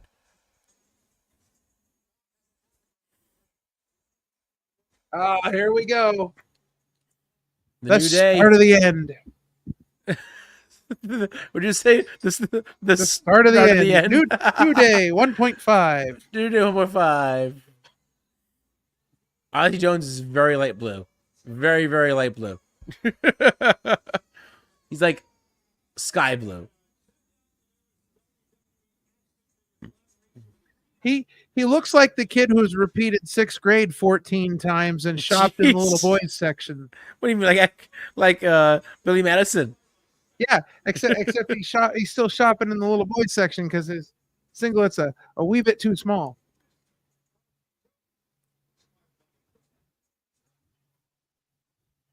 See, if the New Day comes out as the Turtles, shouldn't Roman have to come out as Shredder on SmackDown? Oh, dude, I would be so for that though. Low key, I mean, I would be so for that. Representing my Shredder. Damian Priest came out as Skeletor, so why not? Dude, yes, just yes. I'd be so down for that. Dude, Reigns could totally rock that helmet over his face. 100%. I believe it. I believe it.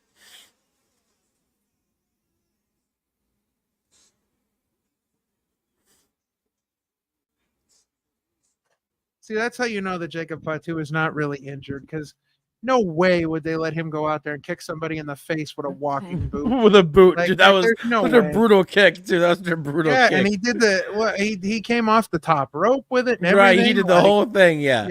No, I'm not buying it. No. They're trying to say that he's so insane that he doesn't even care if he's wearing a boot. He'll still beat your face in. Correct.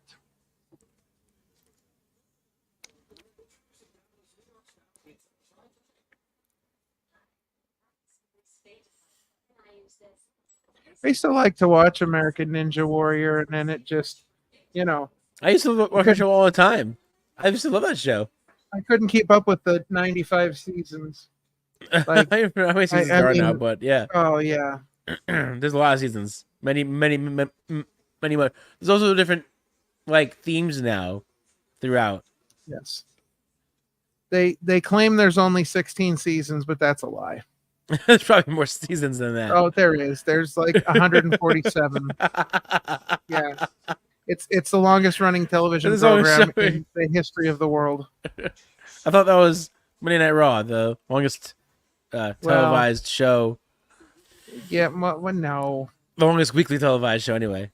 Longest whatever. No, it's longest whatever. Yeah, no, it's yeah, right. It is not. I disagree. I disagree. I think it's all lies. You think it's all American Ninja Warrior? All the time.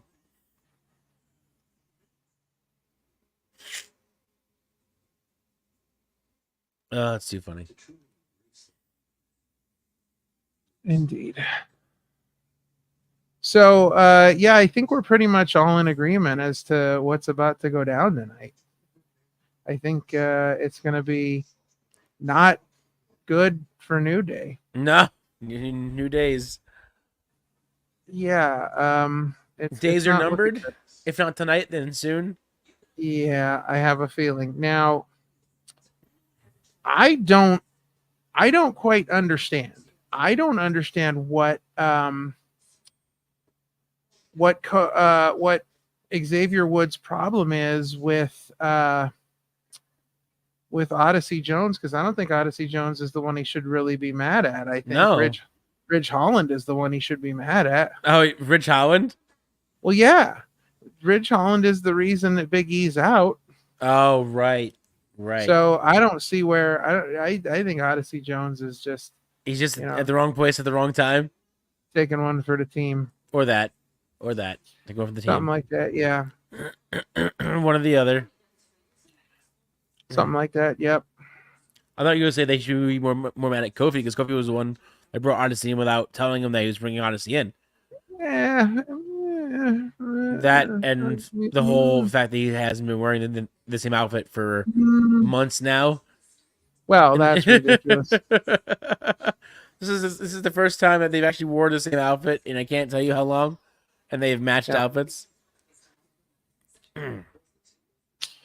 Yeah, this Teenage Mutant Ninja Turtle thing has been like the savior of Kofi Kingston. Right, yeah, he actually has outfits to wear again. He's not just grabbing the nearest thing out of his closet.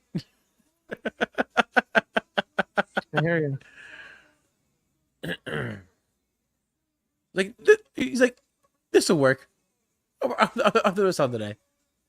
Yeah, I think what it was is that he was just like running late from the gym one day. Right, and you just kept wearing the same gym shorts. Pretty much, yeah. And he just decided, well, you know what? I'm gonna go with it for now. You're a Hall of Famer. I won't watch NHL, so I don't know who you are. I'm bad with that stuff. I don't watch much sports enough to know who is in the Hall of Fame of other sports.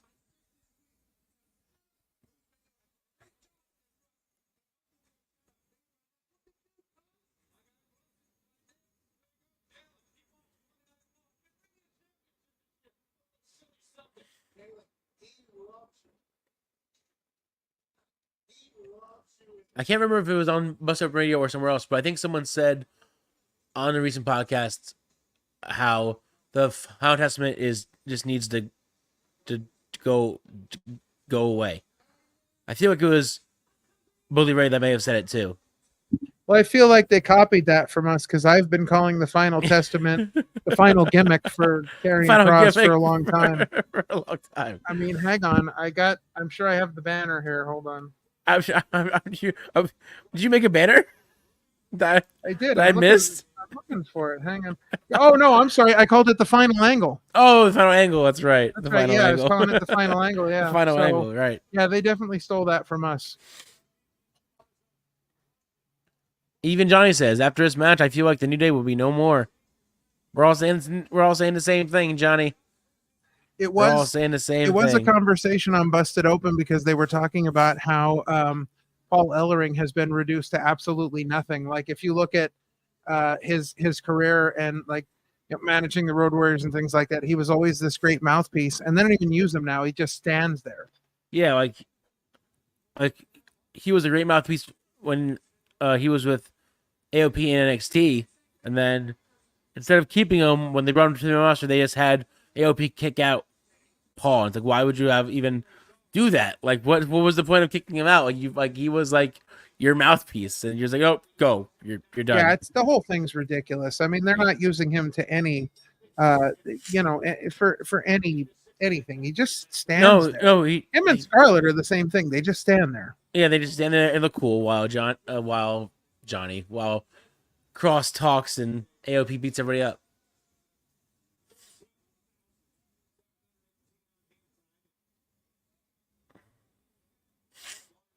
Oh. Early signs. I don't like the early signs. Now I can see it being Woods. Now I can definitely see it being Woods.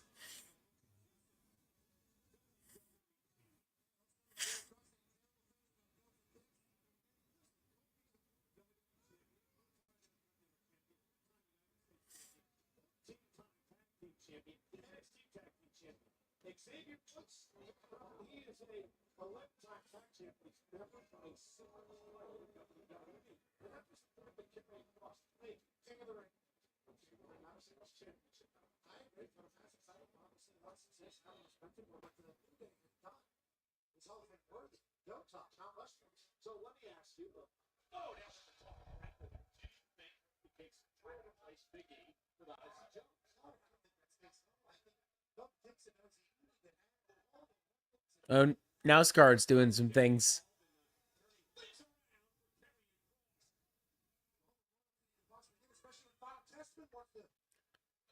I just don't understand how you can not know what to do with Cross.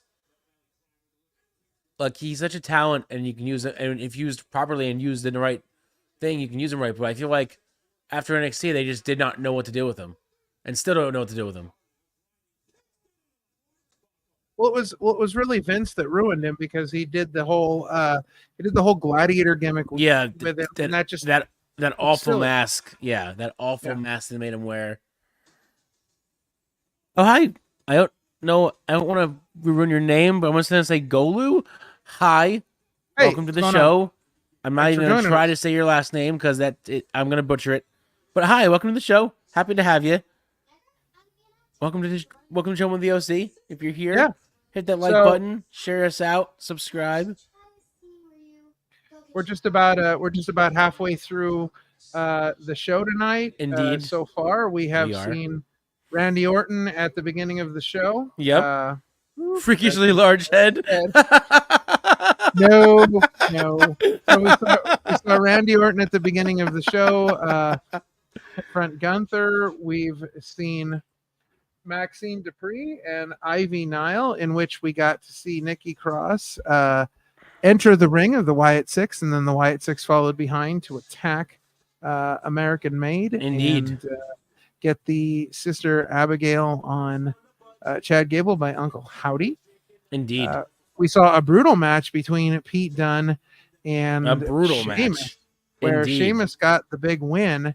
And then, of course, we just saw CM Punk talking in the ring. And the end result of CM Punk talking in the ring was Drew McIntyre came out, and we now have the strap match set for Bash in Berlin. There it is already. Strap match.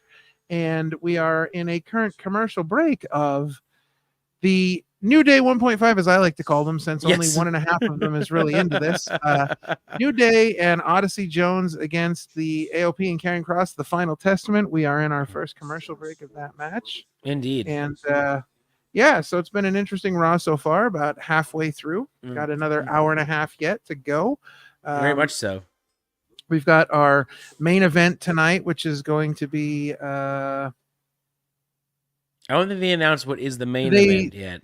Yeah, they did. But I feel they like said, it's going to be Damian and Dom. I don't remember. Unless it's the match I thought they announced. Unless it's the women's trios tag match for the belts as well. Because that hasn't happened yet. No. Let's see here. I thought I could have sworn they announced something. Hang on. I don't know. I was pretty sure they announced something. they might have. Oh yeah. Hang on.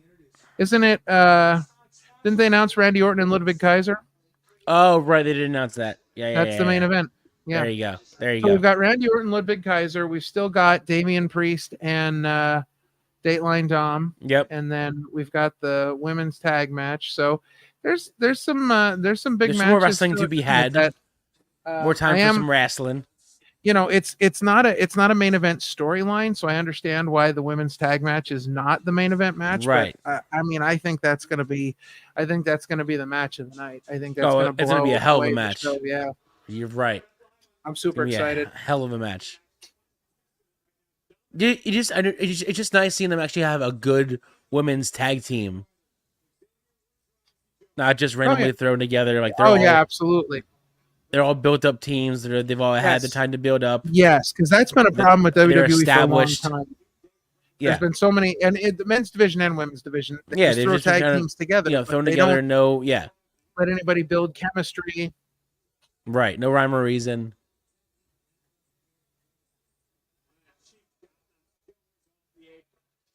I think our names, though, for the other trio are better than what they've called them. I think they're called, what is it? The Power Fusion Collective or something like that? Whatever the hell. Something stupid like their name is.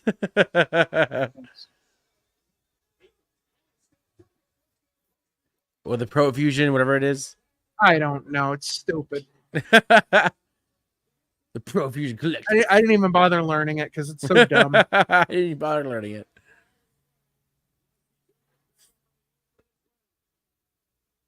Oh man! Oh, the more I see this happen, the more I can see you with the whole tag drop when he walks away. Oh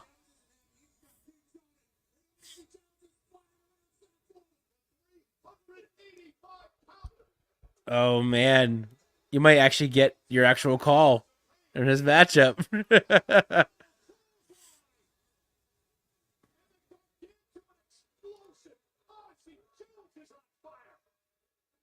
Odyssey looking good though. Such a big dude, but so agile. Yeah, he's looking very impressive tonight. He's I'm very impressed with him. He's very good for his size. He's a natural, yeah.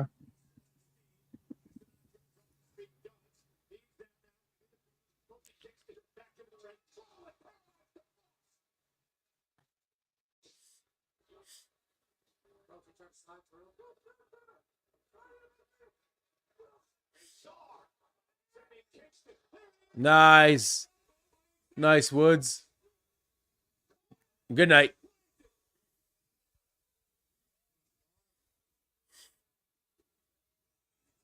Jesus.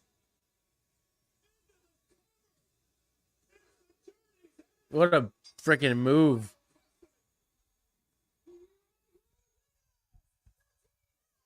Well, not exactly how I called it, or how you called it, but I think this is just going to start to plant the seeds. Showing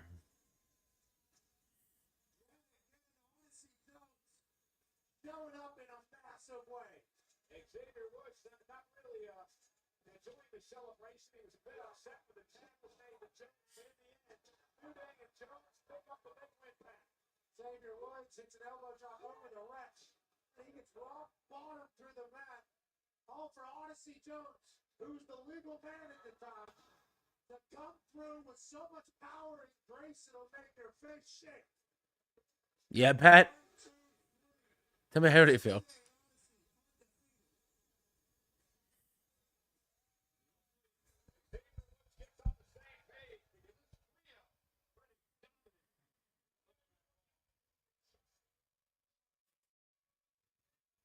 Yeah, they're not going to last very long.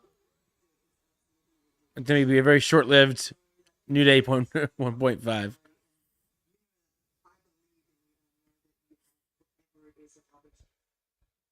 we also know Slimy being up.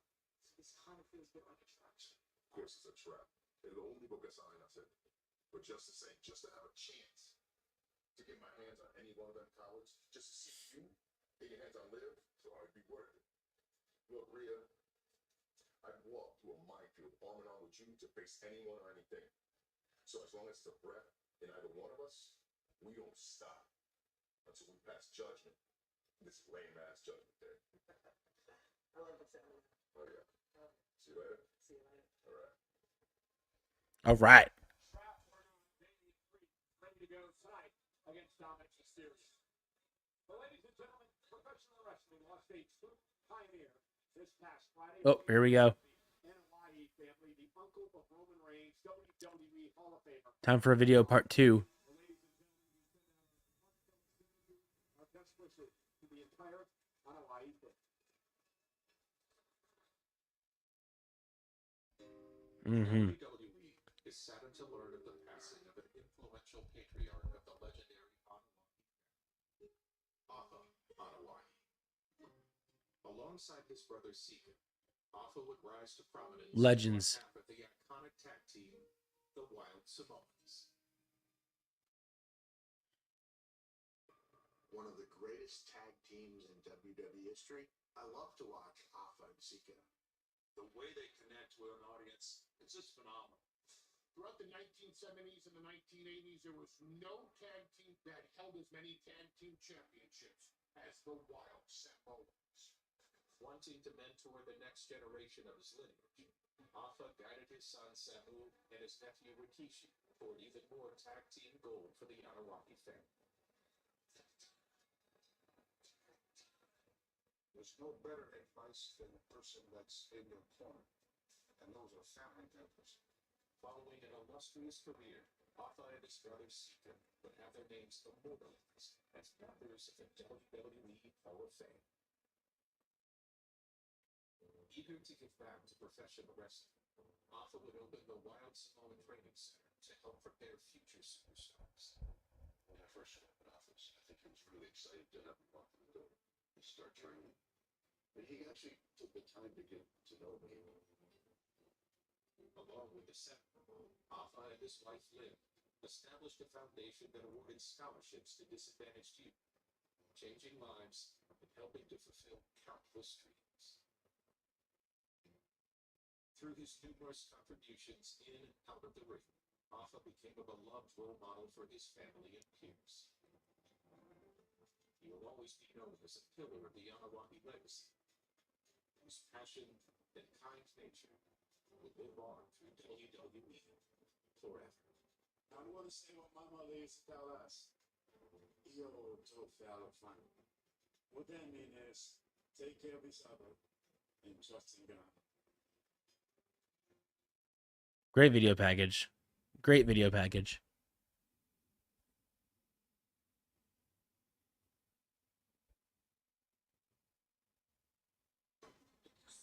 It's absolutely amazing the outpour that came out when Alpha passed away too. Yeah, definitely. I saw people from all different walks of wrestling to come out and pay their respects for Alpha. It was insane. Indeed. But then that means that Alpha and Sika are both passed away. It's crazy. Yeah, it's nuts. In just a short amount of time. Right. All right. So, yeah. I don't know.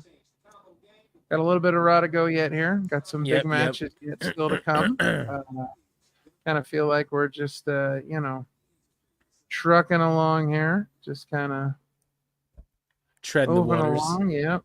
Nothing. I mean, for me, I guess the Sheamus and Pete Dunne match has been that a was a good highlight match so far. So that was definitely a good start of the show for sure. Yeah, definitely. Definitely a good way to start off the show and kind of set a high point. So a high start. Yeah. But again, nothing too crazy, nothing out of the ordinary. Nothing too nuts. Just rocking with it. Yeah. So this is actually as I'm reading here, this is actually Pat McAfee's last appearance on Raw for is it? the foreseeable future. Yeah, apparently he broke the news ahead of tonight's Raw. Right. He's, going to be gone for a while, so that'll be interesting to see. Yeah, I'm very curious to know who they pick next week to be. Well, it's interesting because they've got that new guy. Oh, right. So I don't know if he's signed, but he hasn't gone anywhere yet, right?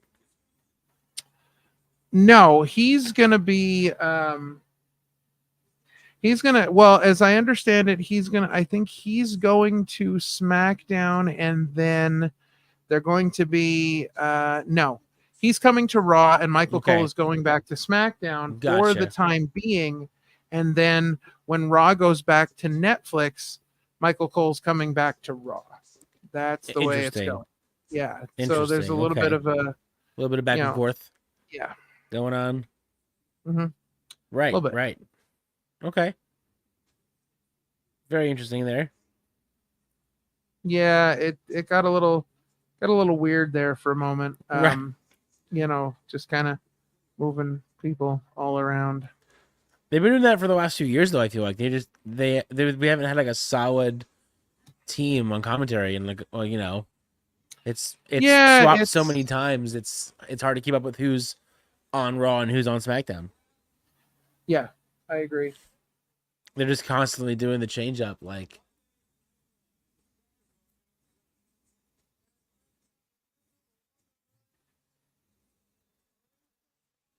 Former UFC welterweight champion. Mm.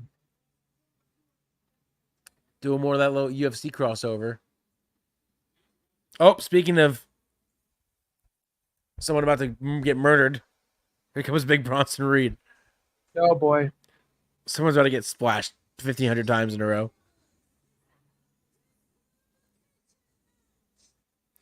Oh, it's a no DQ match. Who's he facing? Interesting. Who's he facing? I don't know. I wish that this match was announced, because I would like to know who this match to be announced. Hell yeah. Mm-hmm. This is a nice little surprise. Yeah, I'm good with it.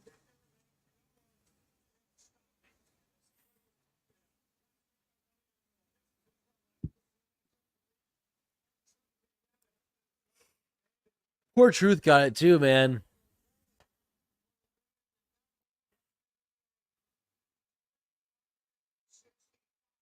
maybe that was a much deserved break that R-Truth asked for. So he said, "Hey, just end my existence. So I can take a long break from wrestling for a while." Something like that, yeah. Make it look good, but end my existence. That way I can take a little vacation.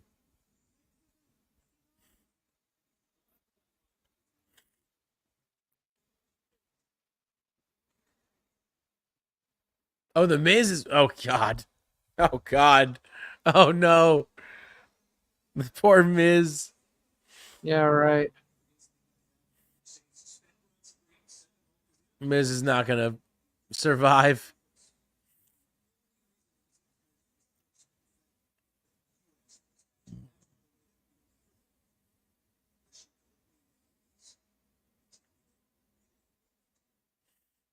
Oh, he does.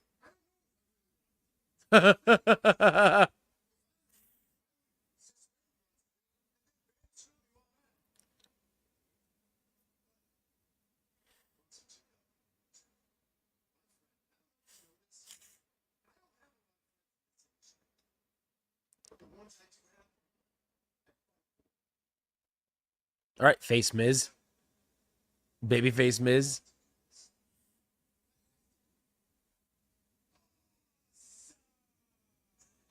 And now we watch Miz's demise. The demise of the Miz. Yeah. I don't know how you that's a noble ideal, but you're gonna get destroyed for it. He's being noble, but it's not gonna go over well for him. He's gonna get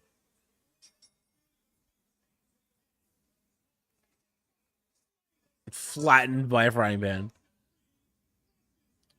Yep.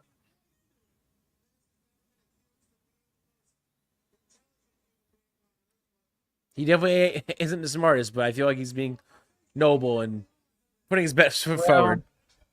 It's unfortunate that that's not going to get him much of anything. No. Jesus.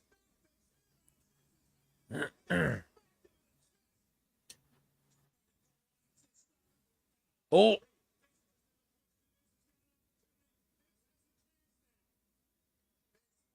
Almost hit the ref with the chair. It's not very nice. Watch the ref, Miz. You're going to hit him in the face with one of those things.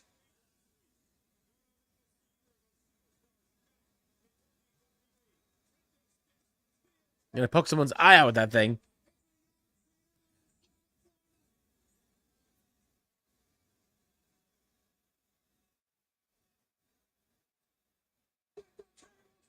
Oh, and there's the table. Was not done yet.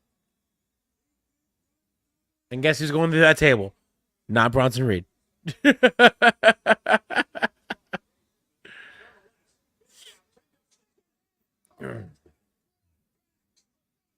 Oh, no.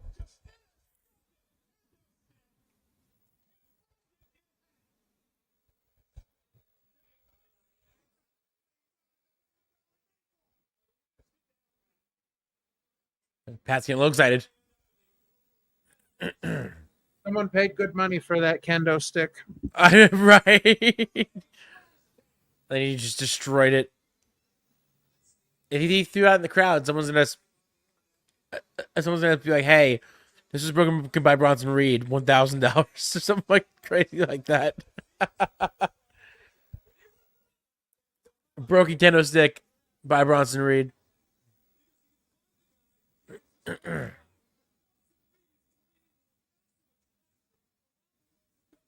can cheer Miz all you want. Is they gonna go over well?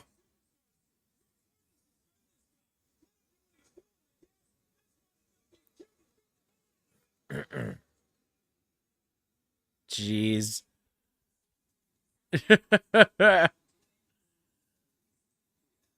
So unfortunate. So unfortunate. Poor Miz. Poor Miz. That's what I was saying. Poor Miz. Well, listen, he got his WrestleMania moment with R-Truth, so he did. It was good. Speaking of poor people, what about poor Alex? Poor Kilowatt. Well, listen. While we're on break, we do have, I believe, a short clip of the State of the Wild LLC address from this past Saturday.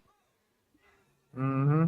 If you want, we can maybe give the viewers a little preview of what exactly happened over the past weekend. Sure, let's do it. Yeah. You know, if I can find it here.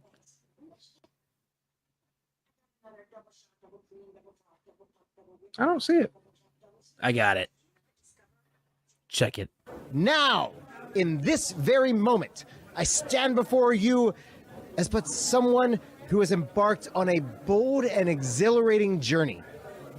At this very moment, Wild LLC, and by proxy, Ethan Wild, is the proud owner of all intellectual property, equipment, rights, and authorities derived from or pertaining to high-tension wrestling.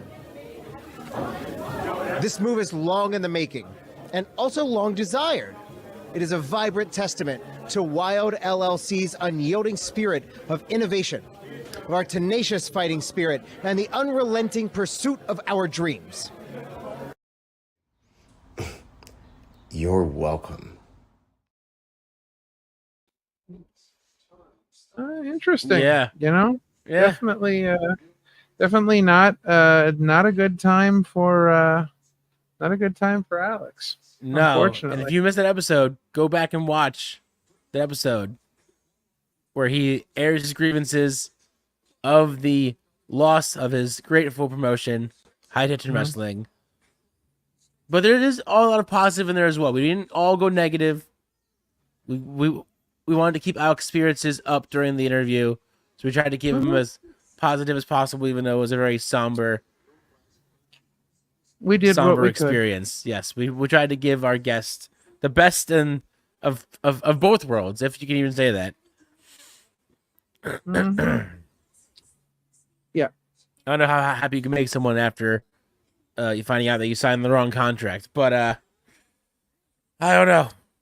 Well, listen, you know, there were good moments, there were bad moments. Right. Unfortunately, it was what it was.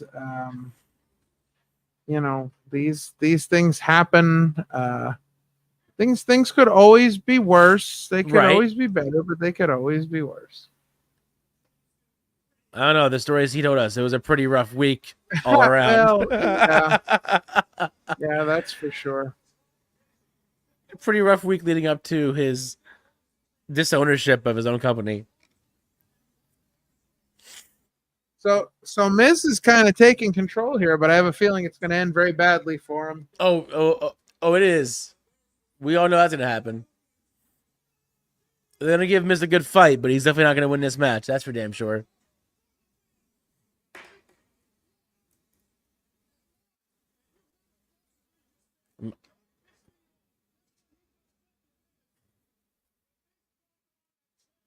He's already pissed off. I don't know how much more. You can piss him off. Oh, God. Allergies are not fun. You don't like the allergies. Ugh. Miz has been up a fight right now. With that kendo stick.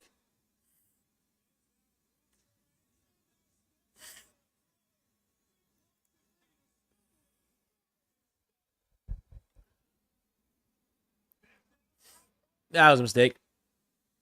Your biggest mistake. What a boot. One more. Do one more. But miss horribly. Like that.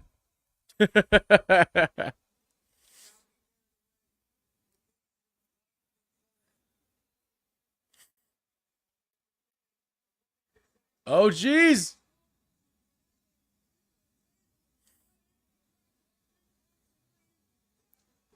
Oh, God. Almost missed the table. And now it's over. It's time for the squashing. I find it interesting. This is the second week in a row we see Miz wrestling in a shirt. Right. I mean, he it's not like he's a big dude. Like he's not like a big. I don't think I ever remember seeing Miz wrestle in a shirt. I don't know. Just been more recently, I guess. But now comes the last 2 weeks. Right. Like this week and last week, that's it. Oh, this I want to see.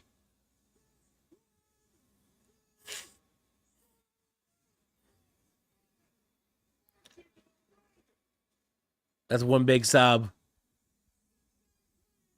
Yeah, I cry every time I have to watch the one-legged Strowman train. The one-legged Strowman train. Just that one big sob. Running around like he took a V2 in his V1 pants, or V1 in his V2 pants. I don't know. Oh man.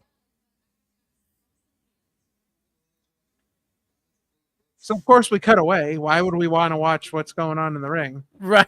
Why would we want to watch one big sob? They didn't want to see you cry, Ralph, so they turned away before you got a chance to cry. I have no interest in seeing that at all because I'm not a Braun Strowman fan. I don't think he's good at all.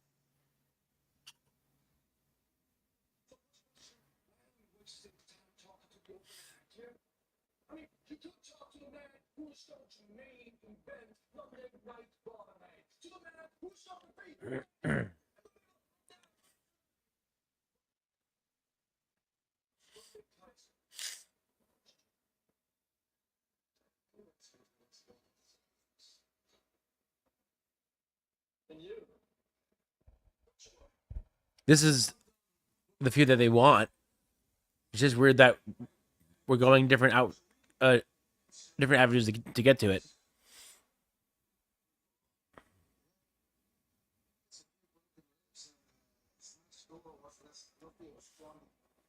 Blondie.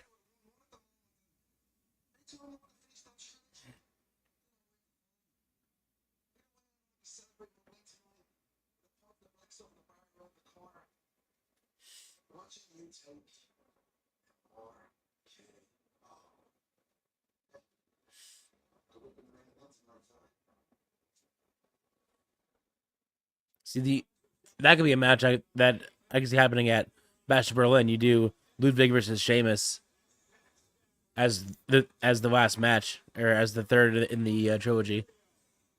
But up next, we have Dateline Dom versus Damian Priest of the Terror Twins. Even though they said they would keep everyone at bay, do you think they're all going to come out anyway? Probably. I think that it should end up with a. I think it should kind of progress to the point where they have to have like a attendees and nuggies on a pole match. Attendees and nuggies, right? Don would absolutely go for that in a heartbeat. You know he would. Oh heck yeah, he would. That'd be impressive. Like Solds, give him a bag of nugs. I will win this match instantly. Mm-hmm. Yeah. So we're almost an hour left in the show. What are your thoughts so far? An hour left in the show. I mean, it's an okay Raw. It's not bad. I don't have any real issues with it. Any real complaints? I think it's a fairly decent show. I don't know. There hasn't been anything that like has been over the top impressive to me. I think that they took all the momentum they had with Bronson Reed and just blew it at this point because that's a huge. I get what they're doing, but that's a huge mistake to cut from the two of them in the ring together to backstage to talk to Sheamus. Right. Like nothing against Sheamus, but that's not like you have to, when you do something like you've been doing with Bronson Reed, Obviously, the shock of it the first week and taking down somebody as big as Seth Rollins, but then going after somebody like R-Truth and sort of continuing this mantra of I'm going to keep doing this, I'm going to keep doing this. Okay. So Miz asks for the match, they give him the match, blah blah blah. Whatever. We know that it's going to end up with him, squashing the Miz. However, we get the surprise this week that Braun Strowman is now going to stand up to Bronson Reed. Except that's not good enough. Like that, Braun Strowman, I don't think, Braun Strowman's a big dude. So yes, that's going to be an obvious thing. But I don't think Braun Strowman's a big enough name to be coming out there to the point where all we have to do is show the two of them like face each other in the ring and like cut away. Right. I think it's a big mistake, and I think it kills a little bit of the momentum that Bronson Reed had because Bronson Reed is no longer a wrestler. Bronson Reed is an attraction. Right. People are waiting to see what he's going to do, and Pat McAfee even said it during the match. People just want to see Bronson Reed squash people. Right. Even when it's names like. So there was a conversation where they were talking about who is there anybody that Bronson Reed could do that to in the ring that fans would chant one more time? And Cody Rhodes' name was brought up. Mm-hmm. But the thing is that the crowd is turning on everyone. So it's like they just want to see like the violence of it all, and they want to see what Bronson Reed is going to do. So eventually I think everybody is going to get that one more time chant, Right. What they really should have done with Bronson Reed is they should have had him squash the Miz, keep doing the splashes till they get to the one more time chance, and when they get to the one more time chance, he climbs to the top rope and they're all screaming one more time, and he says no and gets down, and then it just leaves. And then just leaves, like, because the thing is, if you're gonna be a heel, you don't want the fans getting behind you. Right. You don't want the fans cheering your name because you're supposed to be a heel. Mm-hmm. That's the whole point. Like, right. I don't know. It is what it is. Again, I'm not a huge Bronson Reed or Braun Strowman fan. So I'm not sure how I feel about getting him involved, but whatever. It is what it is. I also think the build-up for Bad Blood is stupid. I think this thing with Cody Rhodes in the car and all this nonsense, I'm not feeling any of it. Like, they better have some banger matches set up for that one because I'm not feeling any of it. Of course, I feel like for the first time having this themed show in a long time, they better be a stacked show. Well, we're not going to be watching that live. Yeah, we're going to be somewhere else, won't we? What's that? We're going to be somewhere else, won't we? Yeah, we will be somewhere else. That's October 5th. Yeah. We get our big show of the year. Front row and center. That's right. It's a good thing that I went to a highly educated university, Captain. Braun's talking about being educated. I'm going to go use the restroom real quick. I'll be right back. Take this. All right. It's King Ralph show. And we're going to figure out, there's going to be a tournament next week, starting next week, to find out who Braun Breaker's next challenger is going to be. And Braun Breaker don't seem to care who it is.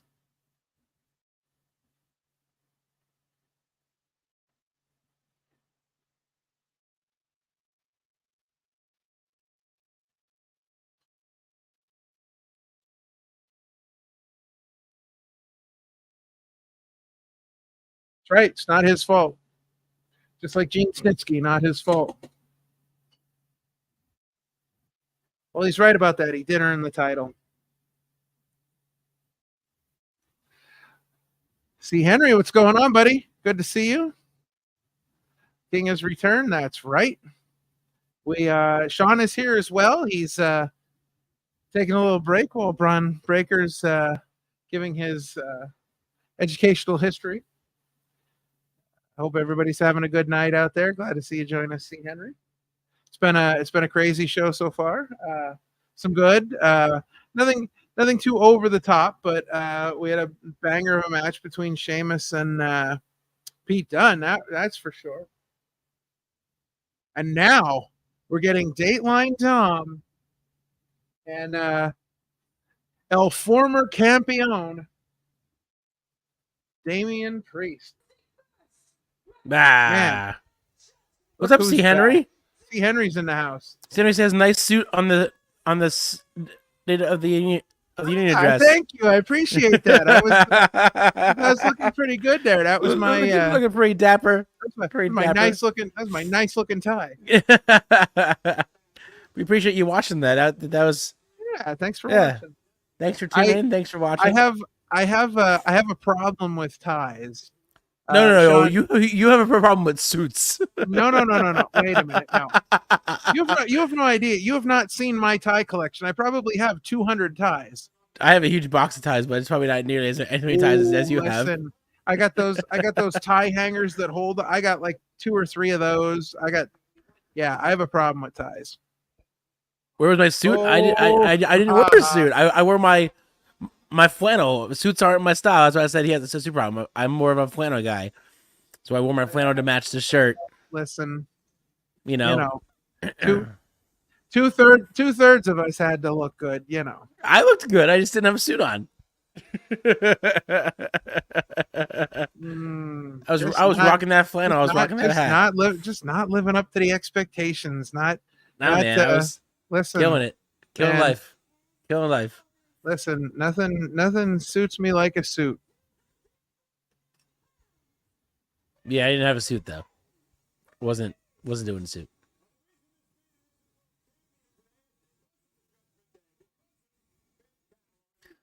Me too. C. Henry, me too. I am too. I'm disappointed in myself, okay? Myself.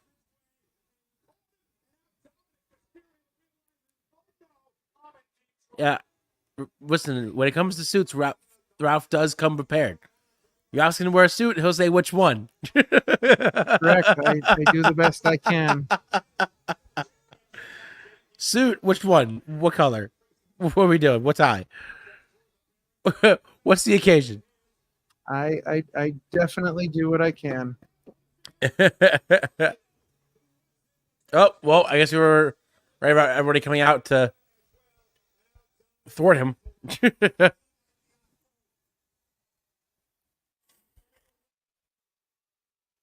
Let me just kick everyone's heads off. Oh, here we go. Business has just picked up. Indeed it did. Oh, yeah. Business has just picked up, ladies and gentlemen. Jesus.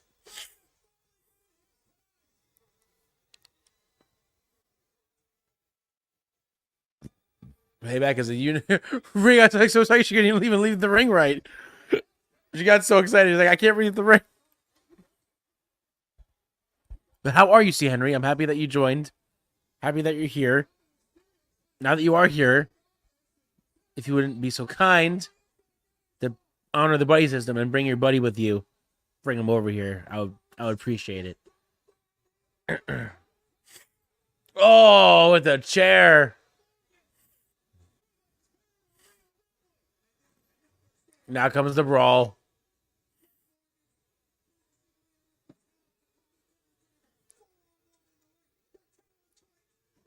I'm just waiting to see who's gonna show up to save Damian and Rhea. Back up Damian and Rhea, because they got to have some kind of backup eventually, because it's going to be numbers games all the time. Right. Absolutely. Happy to hear that you're doing great, C. Henry. Like I said, start the buddy train.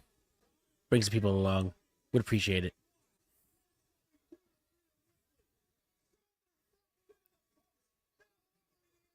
Jeez. This is just torture now, huh?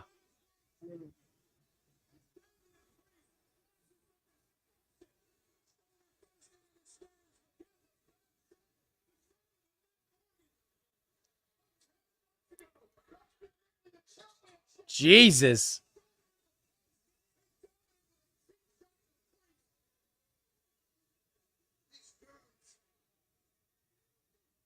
These goons.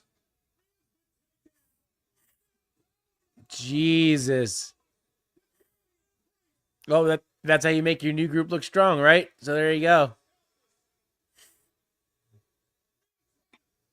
Man, that coup de grace. That coup de grassy. Coup de grassy. And the Oblivione that only works on certain people.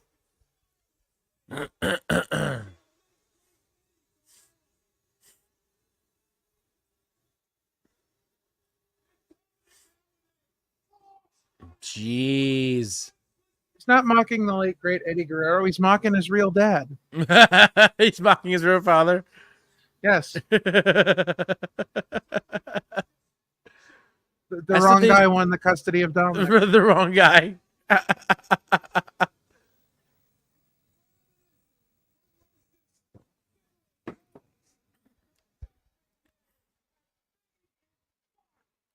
He's made a statement. The Terror Twins. The Terror Twins need to grow their own family. Indeed, they do. Because right now it's not looking good for the Twins. No, but do you think they're going to get their win now after seeing that against Dom and Rhea, or do you think they're going to have another swerve where Dom and Liv screw them over again and win the match? I don't know. There's so many ways they could go with this, and I really think it depends on how long they want to ride this out. Right. Not for nothing, but there you go. Wednesday, September 4th, Speed is starting a women's tournament, so that'll be interesting to see. Interesting. Well, yeah, because they signed like a 3-year deal with X. I think so. Yeah, something crazy with like Twitter that. To do these short matches shows. Indeed. I don't even know how long each show is. Was it like 5 minutes each episode? I'm not really sure. They can't be long if it's called Speed. Well, I mean that's I don't know. Especially when the matches are 3 minutes long and the matches for the belt are 5 minutes long. Yeah. Not a lot of time for some in-ring work. It's probably part of the reason why I don't really get the UK Heritage Cup, because it's like the same sort of style, but it's over the course of 3 rounds. It seems to me that Speed isn't so much a show as it is matches. Right. Like they just present the matches. The matches. So like you get so there's no you get like one video will be one match. So like they're just showing. Gotcha. It doesn't look like they're actually showing like a full show. They're just showing Speed matches. All right. Right. Well, with that mystery figured out, I'm gonna step out for a minute. All right. I shall return. You shall return. And it's back with the Parma Show. Because we're here. We're doing the thing. Hope you guys have enjoyed the show so far. Hope you guys have enjoyed Raw so far. Happy that you're all here. Happy that you're all chilling with the OC, or just me, or just all of us, or the bros. Whoever's around, whoever's here to hang out. We're all here to hang out and just chill with you guys. That's the whole point of it. That we're here to chill out with you. As we've seen so far on the show, we have already seen Orton call out Gunther and have their little spat there. We've also seen CM Punk with the official match announced that CM Punk will be facing Drew McIntyre in a strap match at Bash of Berlin. We also saw the New Day 1.5 defeat the Final Testament, even though there's something definitely brewing there. We've also seen Ivy Nile and Maxine Dupree and the returning Wyatt Six do more fun stuff there. We saw the brutal match between Sheamus and Pete Dunne to start off the show. What we haven't seen yet is the women's trios tag team match for the tag team belts with Iowa Dawn and Apple Fire versus the Damage Control's Io Sky and Kairi Sane versus Shayna Baszler and Zoe Starks, which we are definitely pumped for that match because it's going to be a very good match. We feel like 3 good tag teams, 3 good teams, fun all the way around. You know, that's a good question, C. Henry. We still don't know much about like our positions and like our benefits package. We're still waiting for our benefits package. I know Ralph's still waiting for his. When he gets back on, I'm gonna have to ask him about his package because I don't think I've gotten mine yet. The workday is very confusing. I didn't even know it was an app until recently, but workday is very confusing. I'm still trying to figure out the app and get into it so I can know what's going on. That was how the Alex Watt show happened because we reached out to Steven from HR. It was one of our buddies on the inside, and we got to schedule an interview with the former host of High Touch Wrestling, as we have seen before, Alex Watts, which if you missed it, you should go watch it if you want to hear him air his grievances about the loss of his promotion, High Touch Wrestling. So, but I really don't know. I'm still trying to figure all of this out as we go along. And now that they own High Touch Wrestling, who knows what they could do or what they can do or what they will do in the future.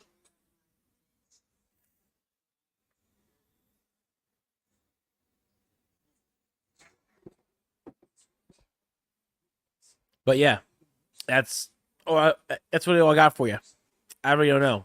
Still trying to figure out this whole takeover of podcasts, of networks, of different things that are happening in the world that we are in. We're just happy that you're along for the ride and enjoying everything that we're doing with it and that we've been doing with it and that has happened and unfolded with it. You know? But if you did miss it, go back and check out episode 68 from this past Sunday with the former owner of High Tension Wrestling, Alex Watt, as he airs his grievances. He gave us his top 5 things that he misses about owning HTW. It was very good.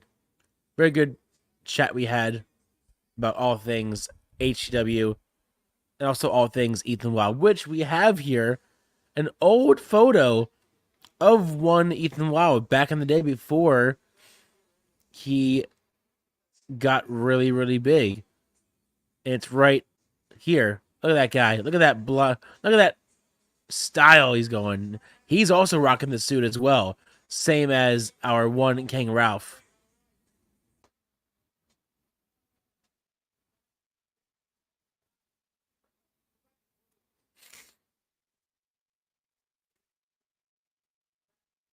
Intermittent?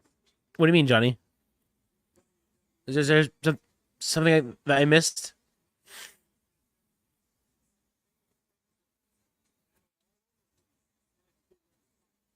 I'm gonna mention that to Ethan. I'm gonna say that someone said that you, Ethan Wild, look like Donald Trump.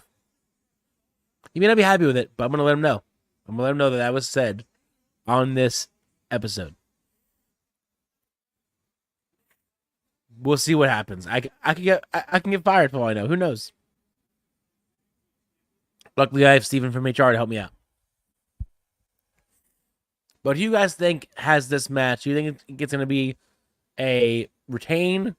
Do you think it's going to be a new tag champion? What are your thoughts? I'm curious.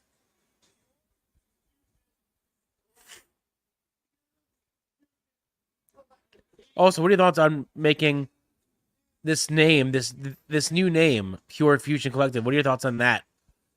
I don't like it. I'm not a fan of the name. I don't think it makes much sense. But it's a name. They finally have a name to have.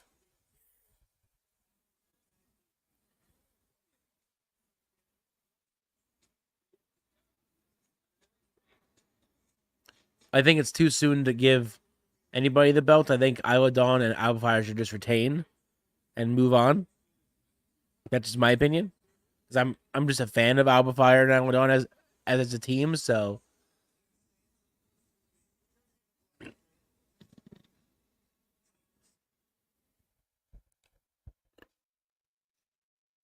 make podcasting great again. That's kind of the idea. It's kind of the idea. I mean, it can be an idea.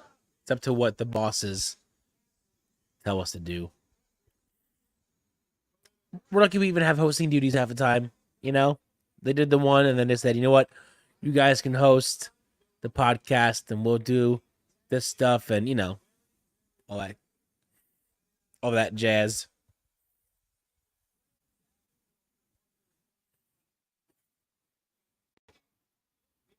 But this should be a very fun match. I'm excited.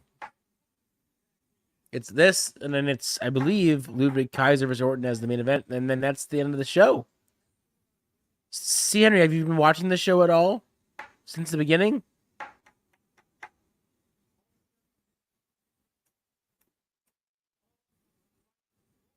What are your thoughts on the show? Other than chilling with the OC, well, like Raw.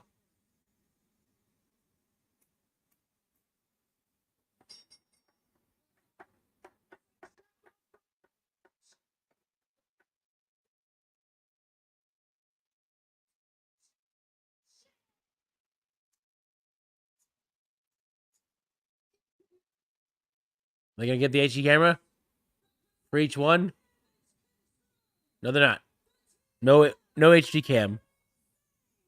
C. Henry says here and there. Got a little home late tonight. Okay, you see some of it. You've seen some here and there. Okay, that's not. It's cool. He didn't miss a whole lot. The opener with Sheamus and Pete was pretty damn good. I love the White Six stuff. I always do. The White Six stuff is what I'm here for. So that was really cool. That Nikki Cross kind of entered the women's side of things, and they had a whole brawl. I loved it. It looks like Uncle Howdy got a new mask too, or a different color mask than his old usual mask. So that's kind of exciting.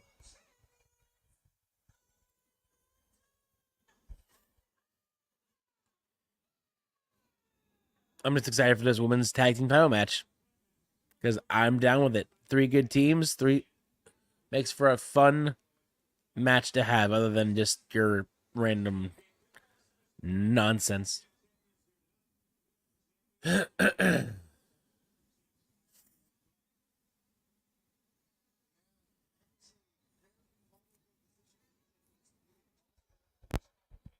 bye. Bye bye. What's up? What are you doing? I don't know. What are you doing? Playing charades with our faces, or musical chairs with our faces. Yeah. Match just started for the women's. So it sounds like they're going to be intermittent tag teams with this match. It's not going to be like a full-on like trios tag team match, from what it looks like, because there's only. I don't know. I'm very confused by how this is happening right now. Oh, dude, they saved that so well. Oh man, that could have gone very bad. That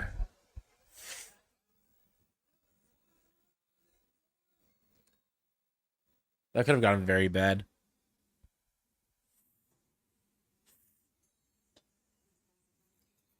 No, I think what it is that this is just like the melee at the beginning. The referee has not gotten control yet. Right. Eventually, it's going to be your normal. Yeah. 3 woman. Yeah. Tag. Got it. Okay. Yeah. Roger that.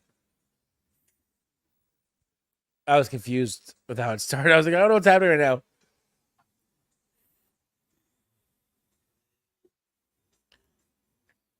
Is my intermission over? No, your intermission just started, sir.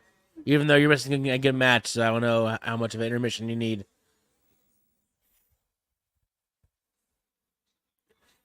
It just started, so it's going to be a little bit. Especially with it being for the women's tag team titles. It ain't going to be a one-shot pony.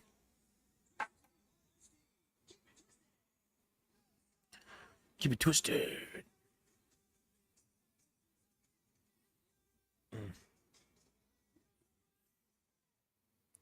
Bam.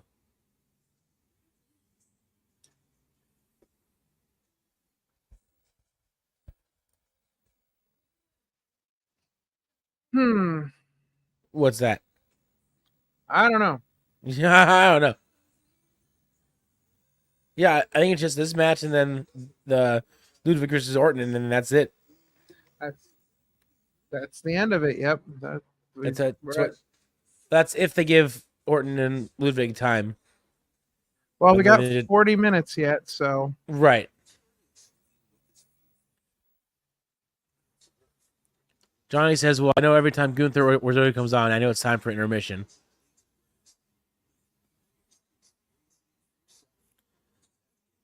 Sounds like you're just not a fan of Gunther or Zoe. It's what I'm taking away from that. Is that you're not a fan of Gunther or Zoe Stark.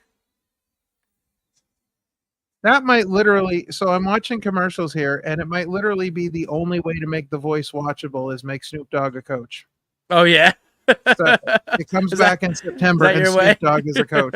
Well, listen, I mean, that show is just terrible, and I can't even bring myself. You're not a voice fan? Not even. Were you an American Idol fan? No, not even a little bit. No. Were you a fan of any of those shows? No. Sandy says, how was the event on Friday? It was a lot of fun. We had VIP seats on the one side. It was a super small venue. Super small. Very small. Venue in Philadelphia. Very small. My first time being there, I think it was Ralph's first time being there as well. Yes, it was. But yeah, we got right in on the action, man. There were a few matches where we were like right there on the action. The Danger Hawk mask for me was probably match of the night. Mm-hmm. That was just a ridiculous match. I don't remember who he faced. Who did he face again? Remember his name? No Katana. Yeah. If you don't know who that guy is, look him up. Check him out. He was so good in this match, my friend. He ridiculous. What was your favorite match of the night? I think for me that one was probably the one because it was just it was crazy. Just yeah, I actually I mean I enjoyed the opening match too, which was Ultimo Ant and King Crab. I thought that was a lot of fun as well. I mean all the matches were good. Again, just a fun show from top to bottom. I think. Yeah. A very pointed show. I think there were definitely things they wanted to get across there, but this was as far as I know, the first collaborative effort between High Tension Wrestling and Pro Wrestling Explosion, who are now working together in the High Tension Wrestling Network. Yes. We did not get interviews on Friday. We got the interview. We had gone for a purpose. We had gone. Yeah, there was a reason why we were there. We weren't just there. We had gone to do the press conference with Ethan Wilde regarding.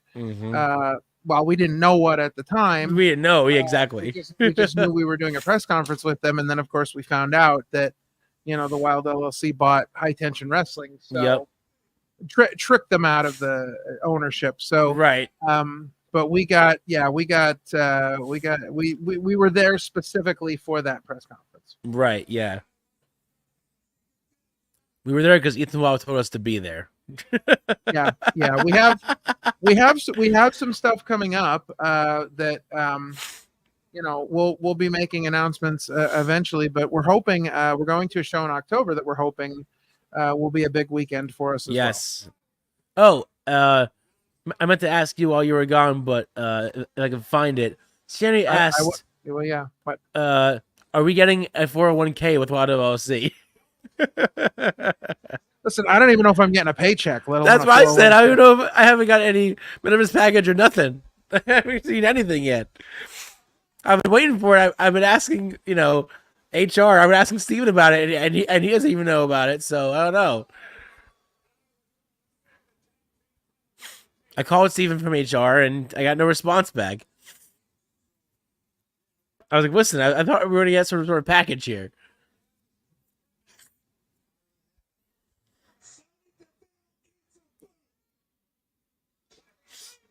Oh, man.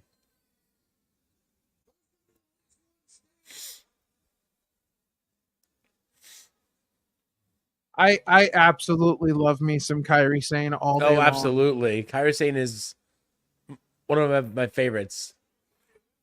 I was sad when she first left, but I was so happy to see her come back.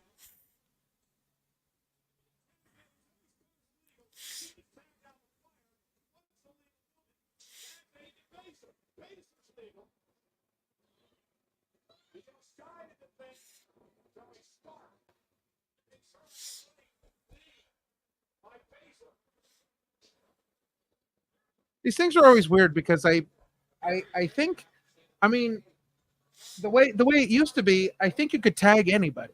Yeah, I'm pretty sure that's how it was. Yeah. Just tag whoever you want. These things are always crazy to me because, you know.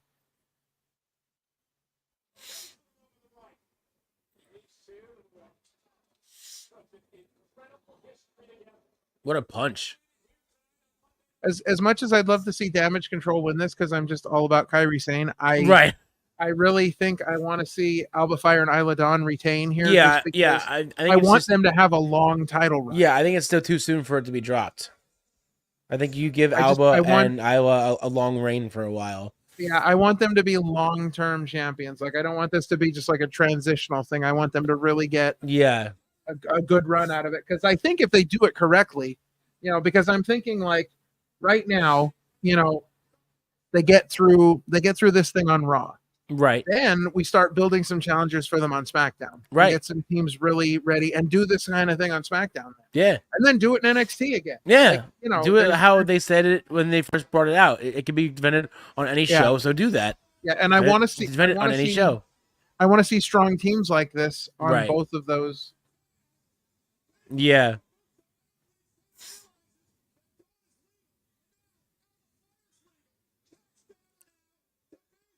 Jeez. Holy crap. That was a ridiculous tag team. Well, there it is. There it is. Love it. A definitive retaining of the belts, and still your champions, Alba Fire and Isla Dawn. As it should have been. You have to prove that they're good champions. You have to prove that they're worthy champions to defend them. You can't have them lose it so soon.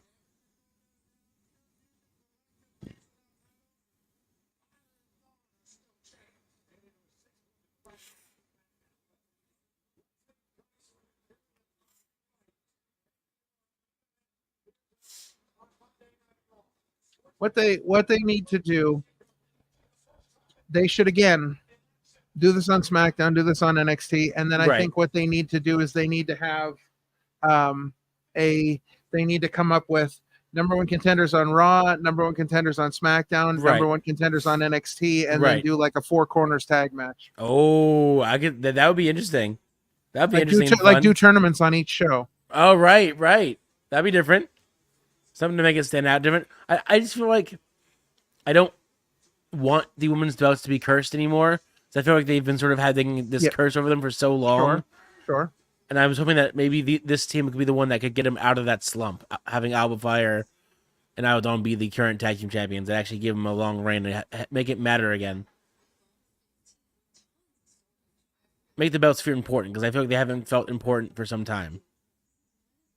They've been like just fodder for other feuds rather than being used to hold tag team gold.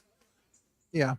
So we were talking about the show on Friday a little bit, and this is a little description of the place that we were at. The film there you go. Right. Housed in the historic Finian Sun building, a former showroom for mausoleums that dates back to 1865. Right. The Philadelphia Mausoleum of Contemporary Art, or Philomoka, is a multi-purpose art space that proudly showcases the best in underground, alternative, and DIY culture with a concentration on film and performance. Philomoka hosts 300 plus events a year, ranging from film premieres to art exhibitions to fashion showcases to professional wrestling. Wow, that's crazy.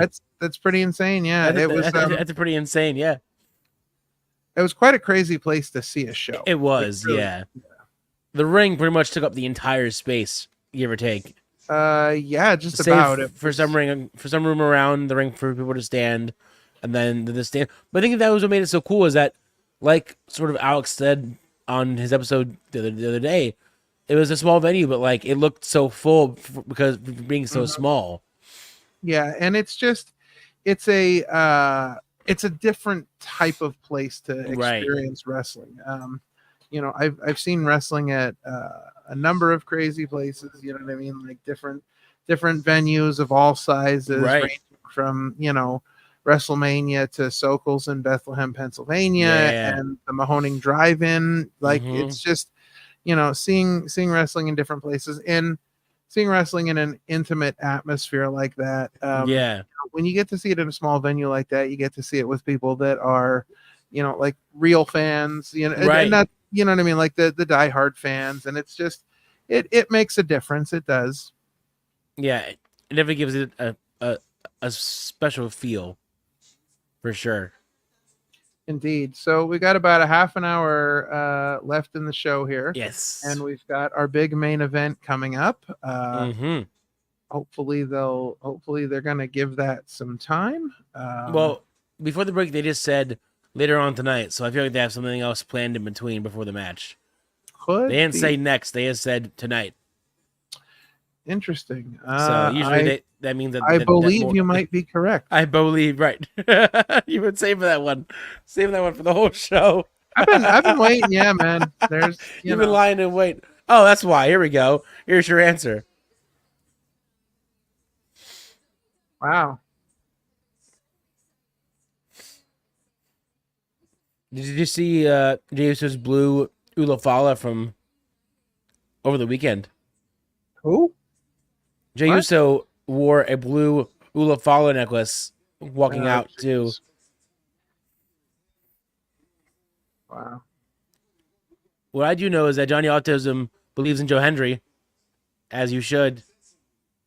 Well, say his name and he might just appear. But who knows? Listen, all I know is that Yeet is beat. Yeet is beat.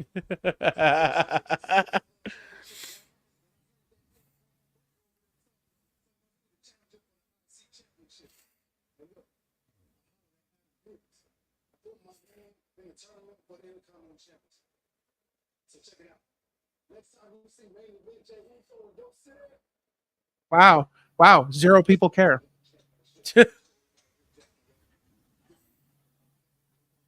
Next time you see main event Jey Uso in your city, he'll be repping mid card.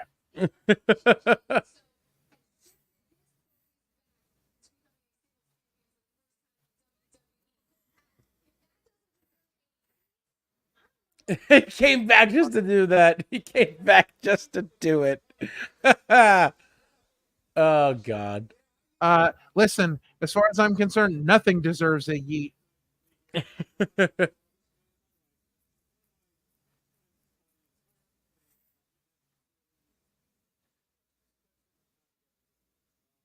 That's a good comment right there. Oh, I'm telling you what right now. Hang on.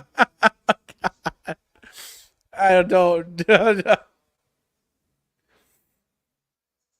Oh, they Yeet on my Hawk Tua. That is an official banner now. God. They're giving Pat a little video package as he leaves for a while. That's nice of Pat. I wonder if they're concerned he might not come back. I mean, it's up to him, really. If he wants to or not.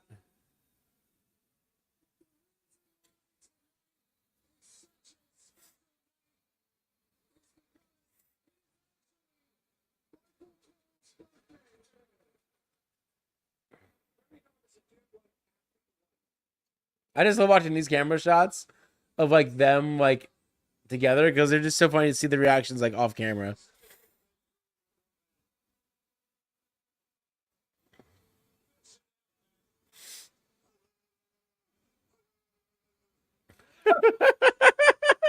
So good. It's so good.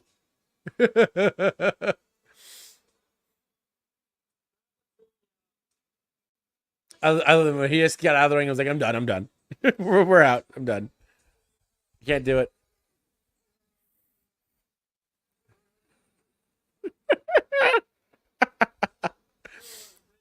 He's such a character. I love him to death. Do some football.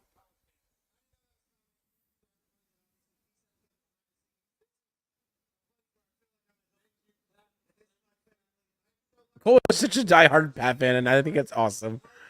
He's like, they truly are like the best of friends, and I think that's really cool.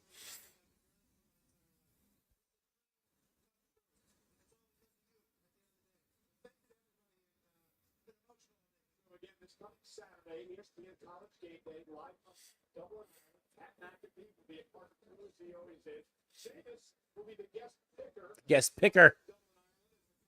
Good old Sheamus.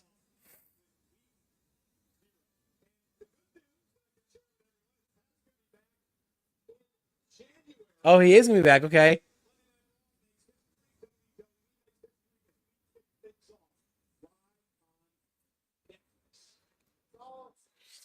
All right, so he's gonna be gone basically for the rest of the year.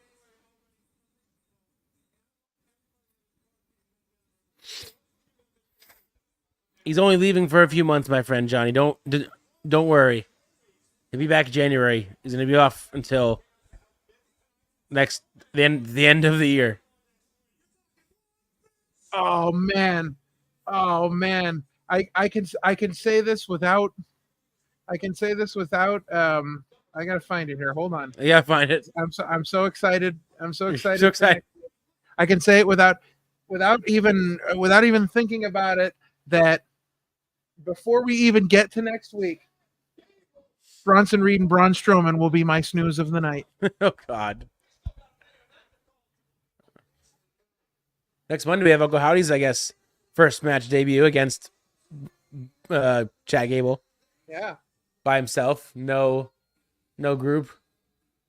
As we see Randy Orton come back out for his match.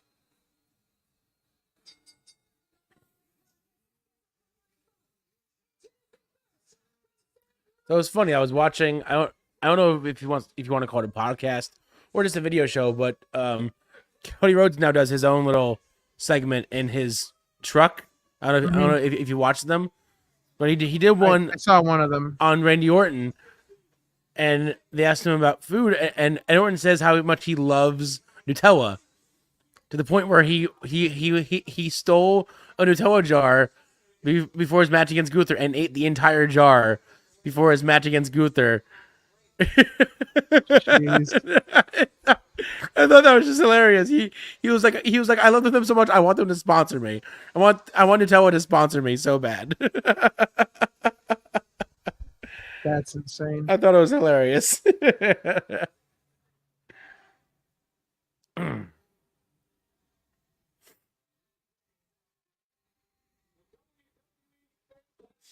Yeah, I gotta start watching more of those because the clips I've seen have been pretty funny from those segments. Well, apparently there's a whole, and I didn't know about this, there's a whole season on YouTube of Alexa Bliss doing an interview show. Oh, really? Called Uncool with Alexa Bliss, yeah. I've heard about it, but the company that I follow... It's old, right? Yeah, the company that I follow that does all the custom-made DVDs and stuff, they did a custom-made DVD of the whole season, and I was like, I'd never heard of this before, so okay. How old are the episodes? Was this from like years ago? I mean, it wasn't, I don't think it was years and years ago, but I don't think it was like yesterday. Year. Right. Yeah. I don't know for sure. I remember hearing about that somewhere Uncool with Alexa Bliss.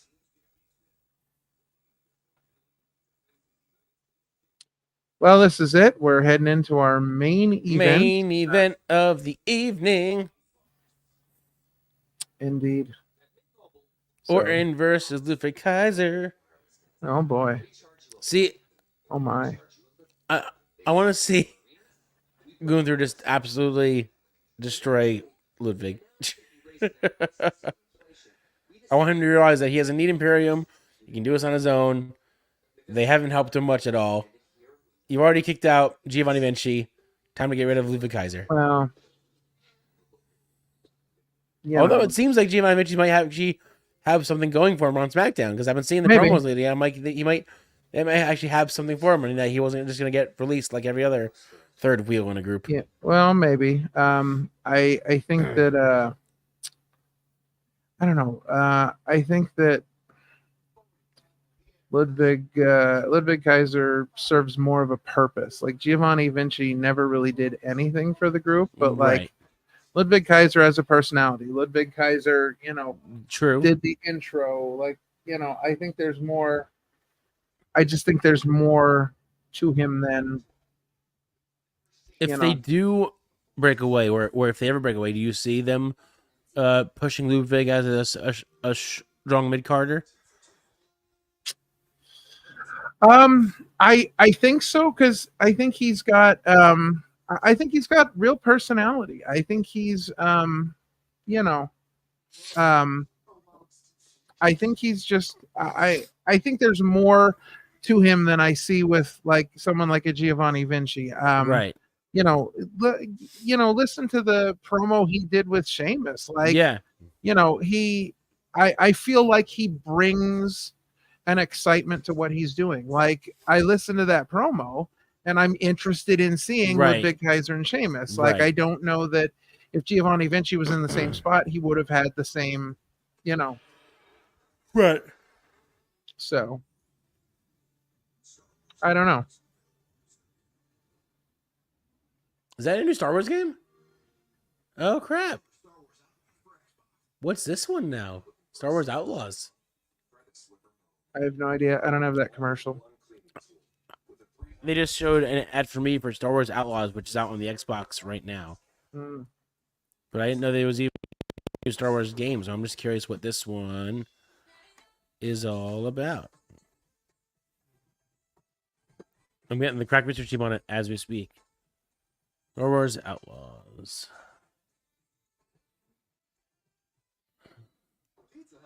It comes out at the end of the month.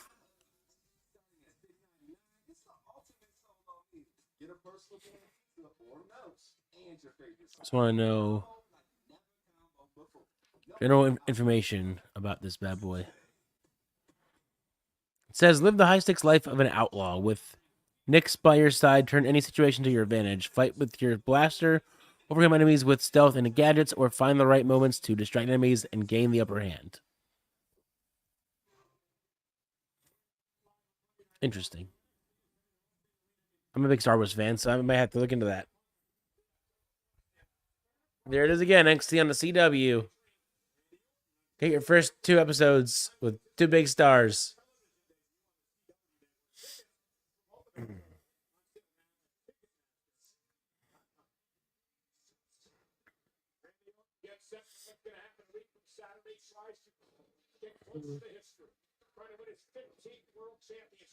Gunther stands in his way. Could be a hostile crowd for Randy Orton in Berlin.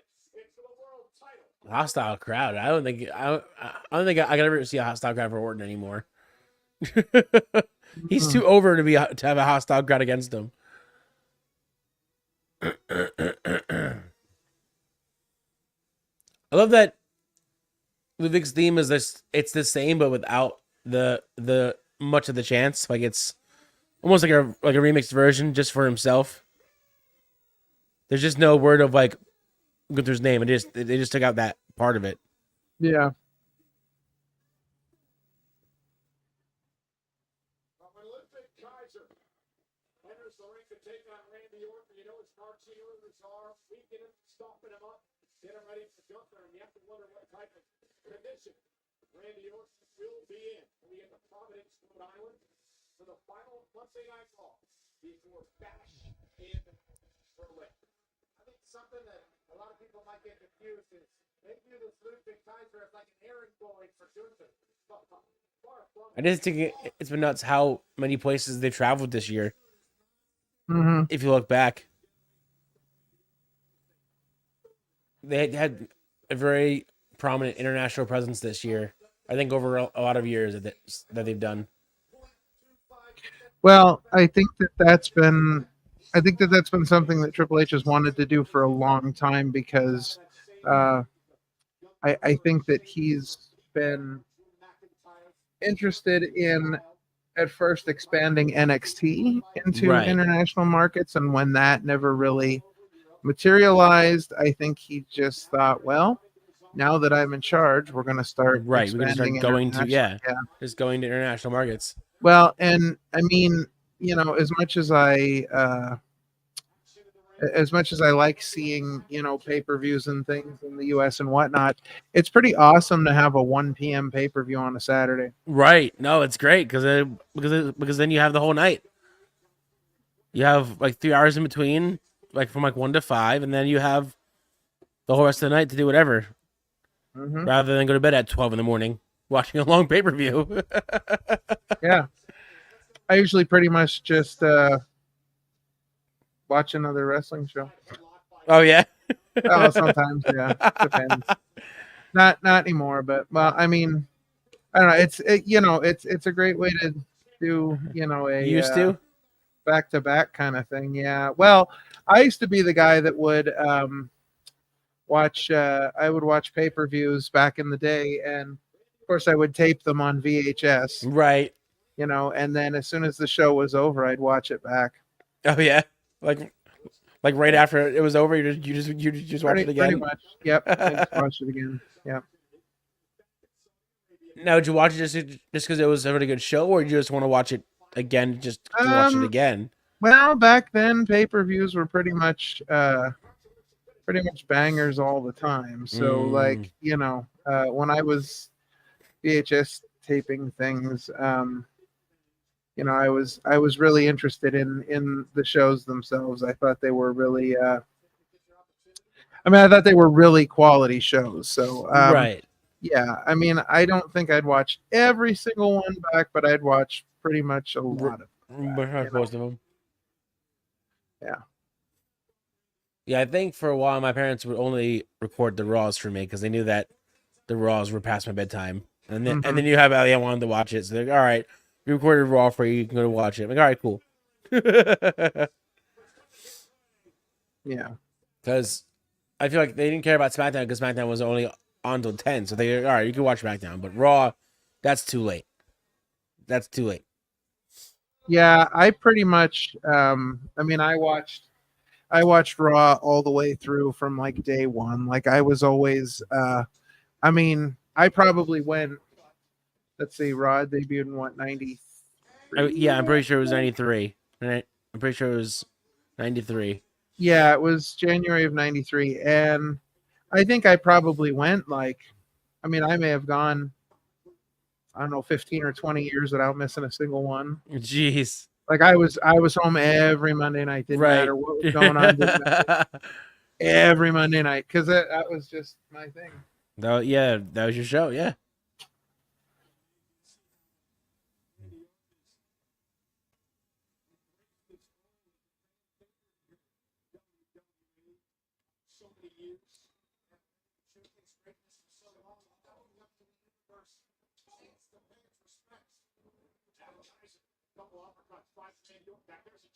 I think now if Orton wanted to turn heel, he couldn't. Unless it was against someone serious, because I feel like he's so over as a face now. Even if he turned heel, they would cheer him because he's a heel. I mean, it's possible. I feel like there's ways that they could probably do it. It would take something big, but I'm kind of surprised that they're doing this match this week. Kind of surprised that they're not doing this like the go home show. Right. They might have bigger plans for the go home show. Yeah, maybe. You would think anyway. You don't know. Being the go home show. Yeah, next weekend's a huge weekend for wrestling because we have All In as well next week. And then the following weekend is Bash in Berlin. Big end of the month for wrestling.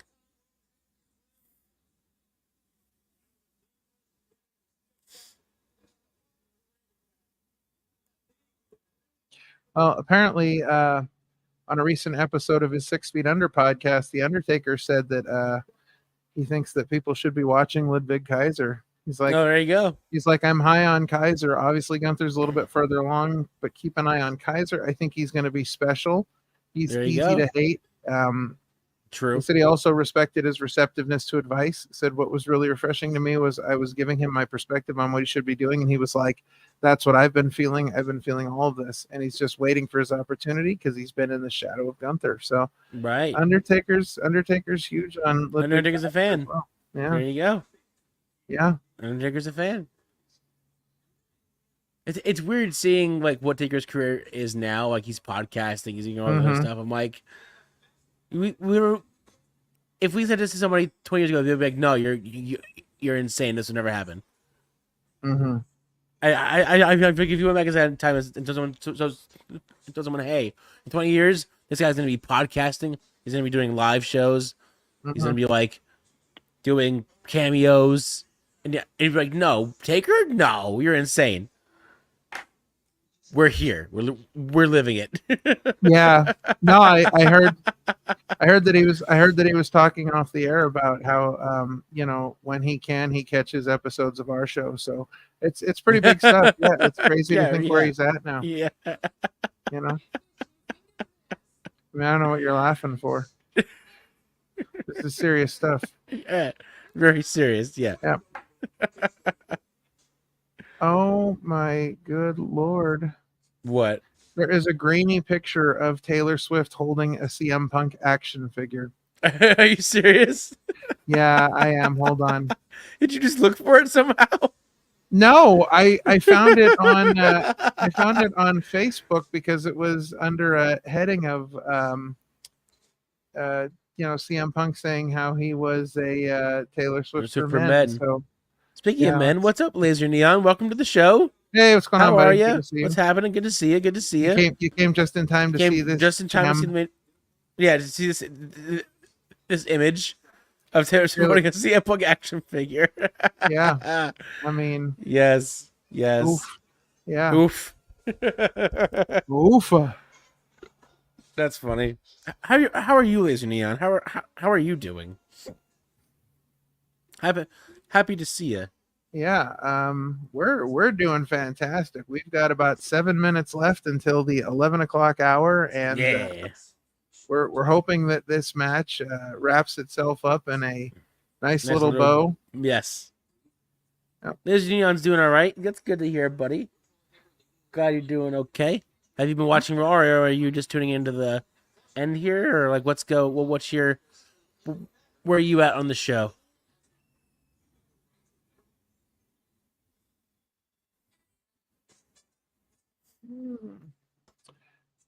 You're just in time. You just missed my announcement that I heard the Undertaker tells his friends that he listens to Opinion City. Mm-hmm. So you just missed that announcement. But you're in time for the recap because I just recapped it for you. There you go. Yes, that's what I do. I make announcements, then I recap them. That should be my whole show. I make announcements and I recap them. Nothing and recap them right away. Yep, that's me. All right. You just do a half-hour show to recap when you see the same thing for the second half hour. All right, this has been King Ralph. I'll see you next time. This is what we've been talking about, and yeah, that's what we're talking Neon's about. been watching Raw late, but I've seen it. Okay, cool. Gotcha.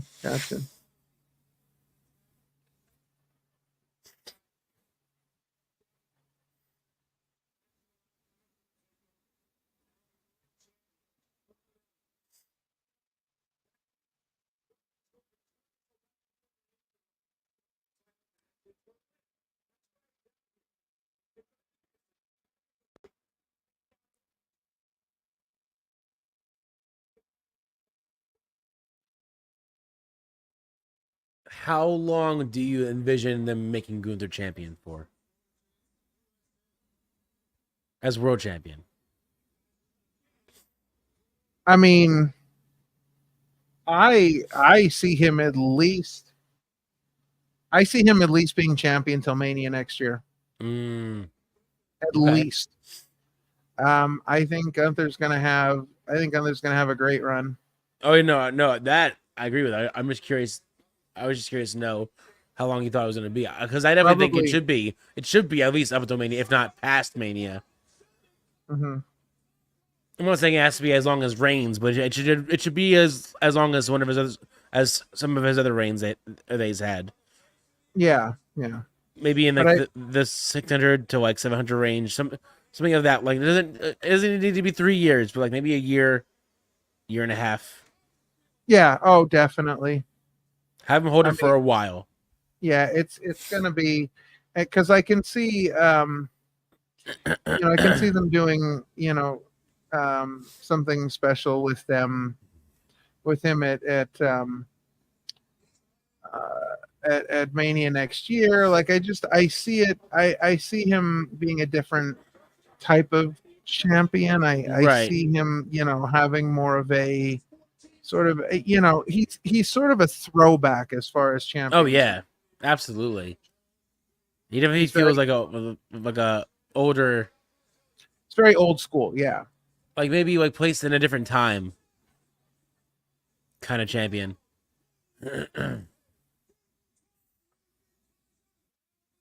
Another one. Oh, looks bad every time he does it.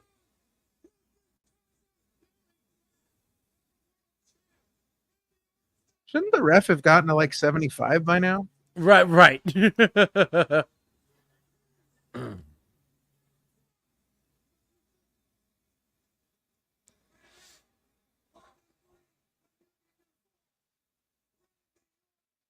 I think they're just gonna call it.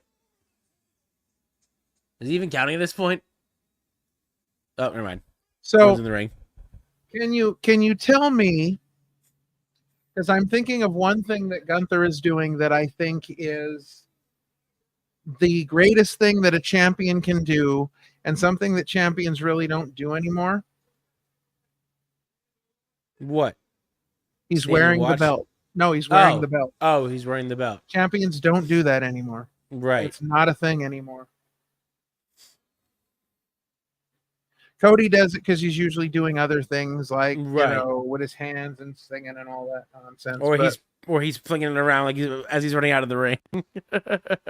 Yeah. Oh, yeah. Ridiculous. But I mean, like, champions don't generally wear belts anymore. It's cool to see him like wear it again. But listen, if I was world champ, I'd wear it everywhere. I'd wear it to White Castle. Absolutely. I'd wear it to the grocery store. Right. Laser, you missed earlier, but he also asked how was high touch wrestling. I said, high touch wrestling is a lot of fun. A lot of fun. It was at a very small venue, as we mentioned earlier. It was at the Philomoka in Philadelphia. Venue could probably only hold maybe 50 people, maybe even less than that. Yeah, 20 or 30 it was with the wrestling ring in there, and it was super small, but it was super super cool, super intimate. It felt like a big show, even though it was in a smaller venue. Everything felt bigger, I think, because of that.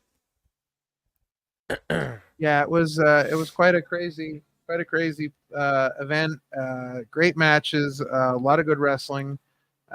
Yeah. The first big collaboration between High Tension Wrestling and Pro Wrestling Explosion. Yes.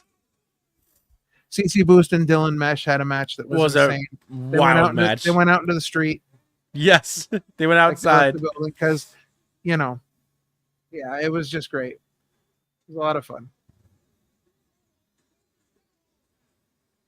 Great time. Out of nowhere.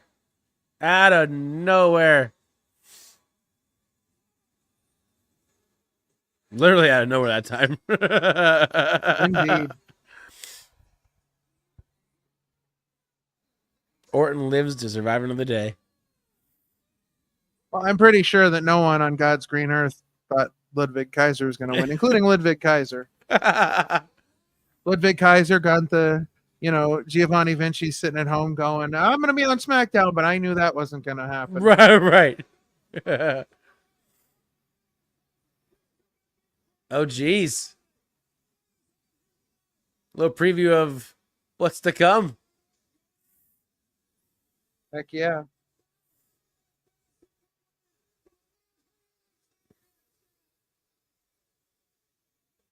as we go off the air with a brawl. Jeez.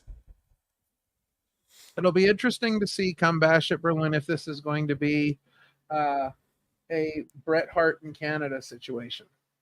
Because Bret Hart and Austin were fighting for many years, and during the majority, like the big parts of their feud, when they would run in the U.S., Austin would be the face. When they would run in Canada, Bret would be the face because Canadian fans just go wild. So it'll be interesting to see. So we end Raw on a high note with a little brawl.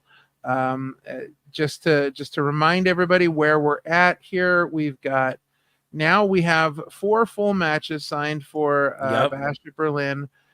We had the aforementioned Terror Twins versus Dateline Dom and Homewrecker Liv. Yep. We had the Cody Rhodes defending against KO. Yep. We've got Gunther defending against Randy Orton. And just signed tonight, we have strap match. A strap match, a traditional rules strap match between CM Punk and Drew McIntyre. Absolutely. Guys, it's been great hanging out with you. Always. If you're looking for something to do, we've got a ton of things for you. Check out this past Sunday's episode with Alex Watt, former co-owner of High Tension Wrestling. Yes. You can check out our previous episode with Cheeseburger. Cheesy. Which was a lot of fun. We've got last week's Opinion City Live with Junie Underwood with host Parmesan and special guest host Dr. Ethan Wild. Right.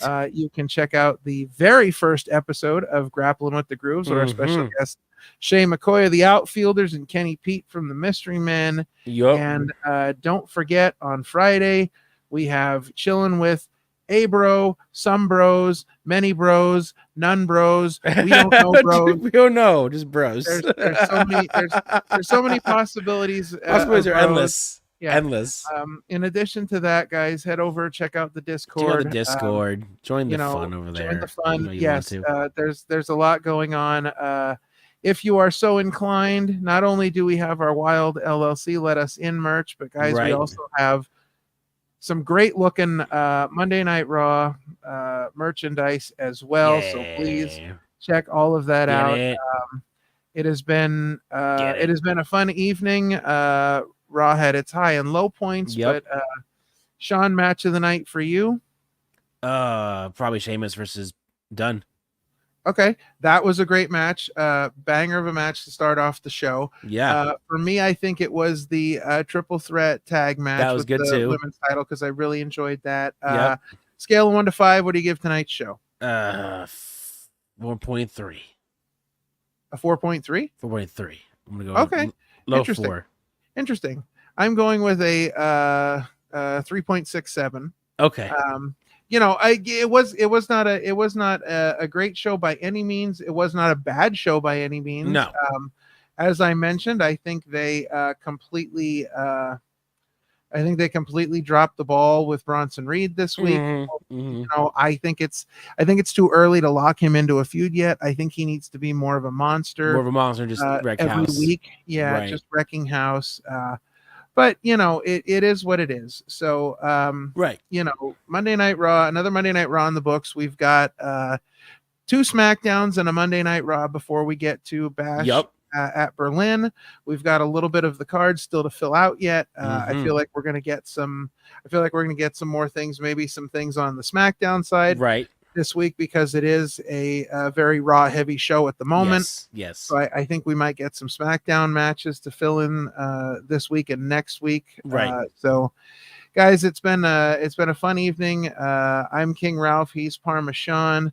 This has been Chillin' with the OC, and we are going to see you guys next time.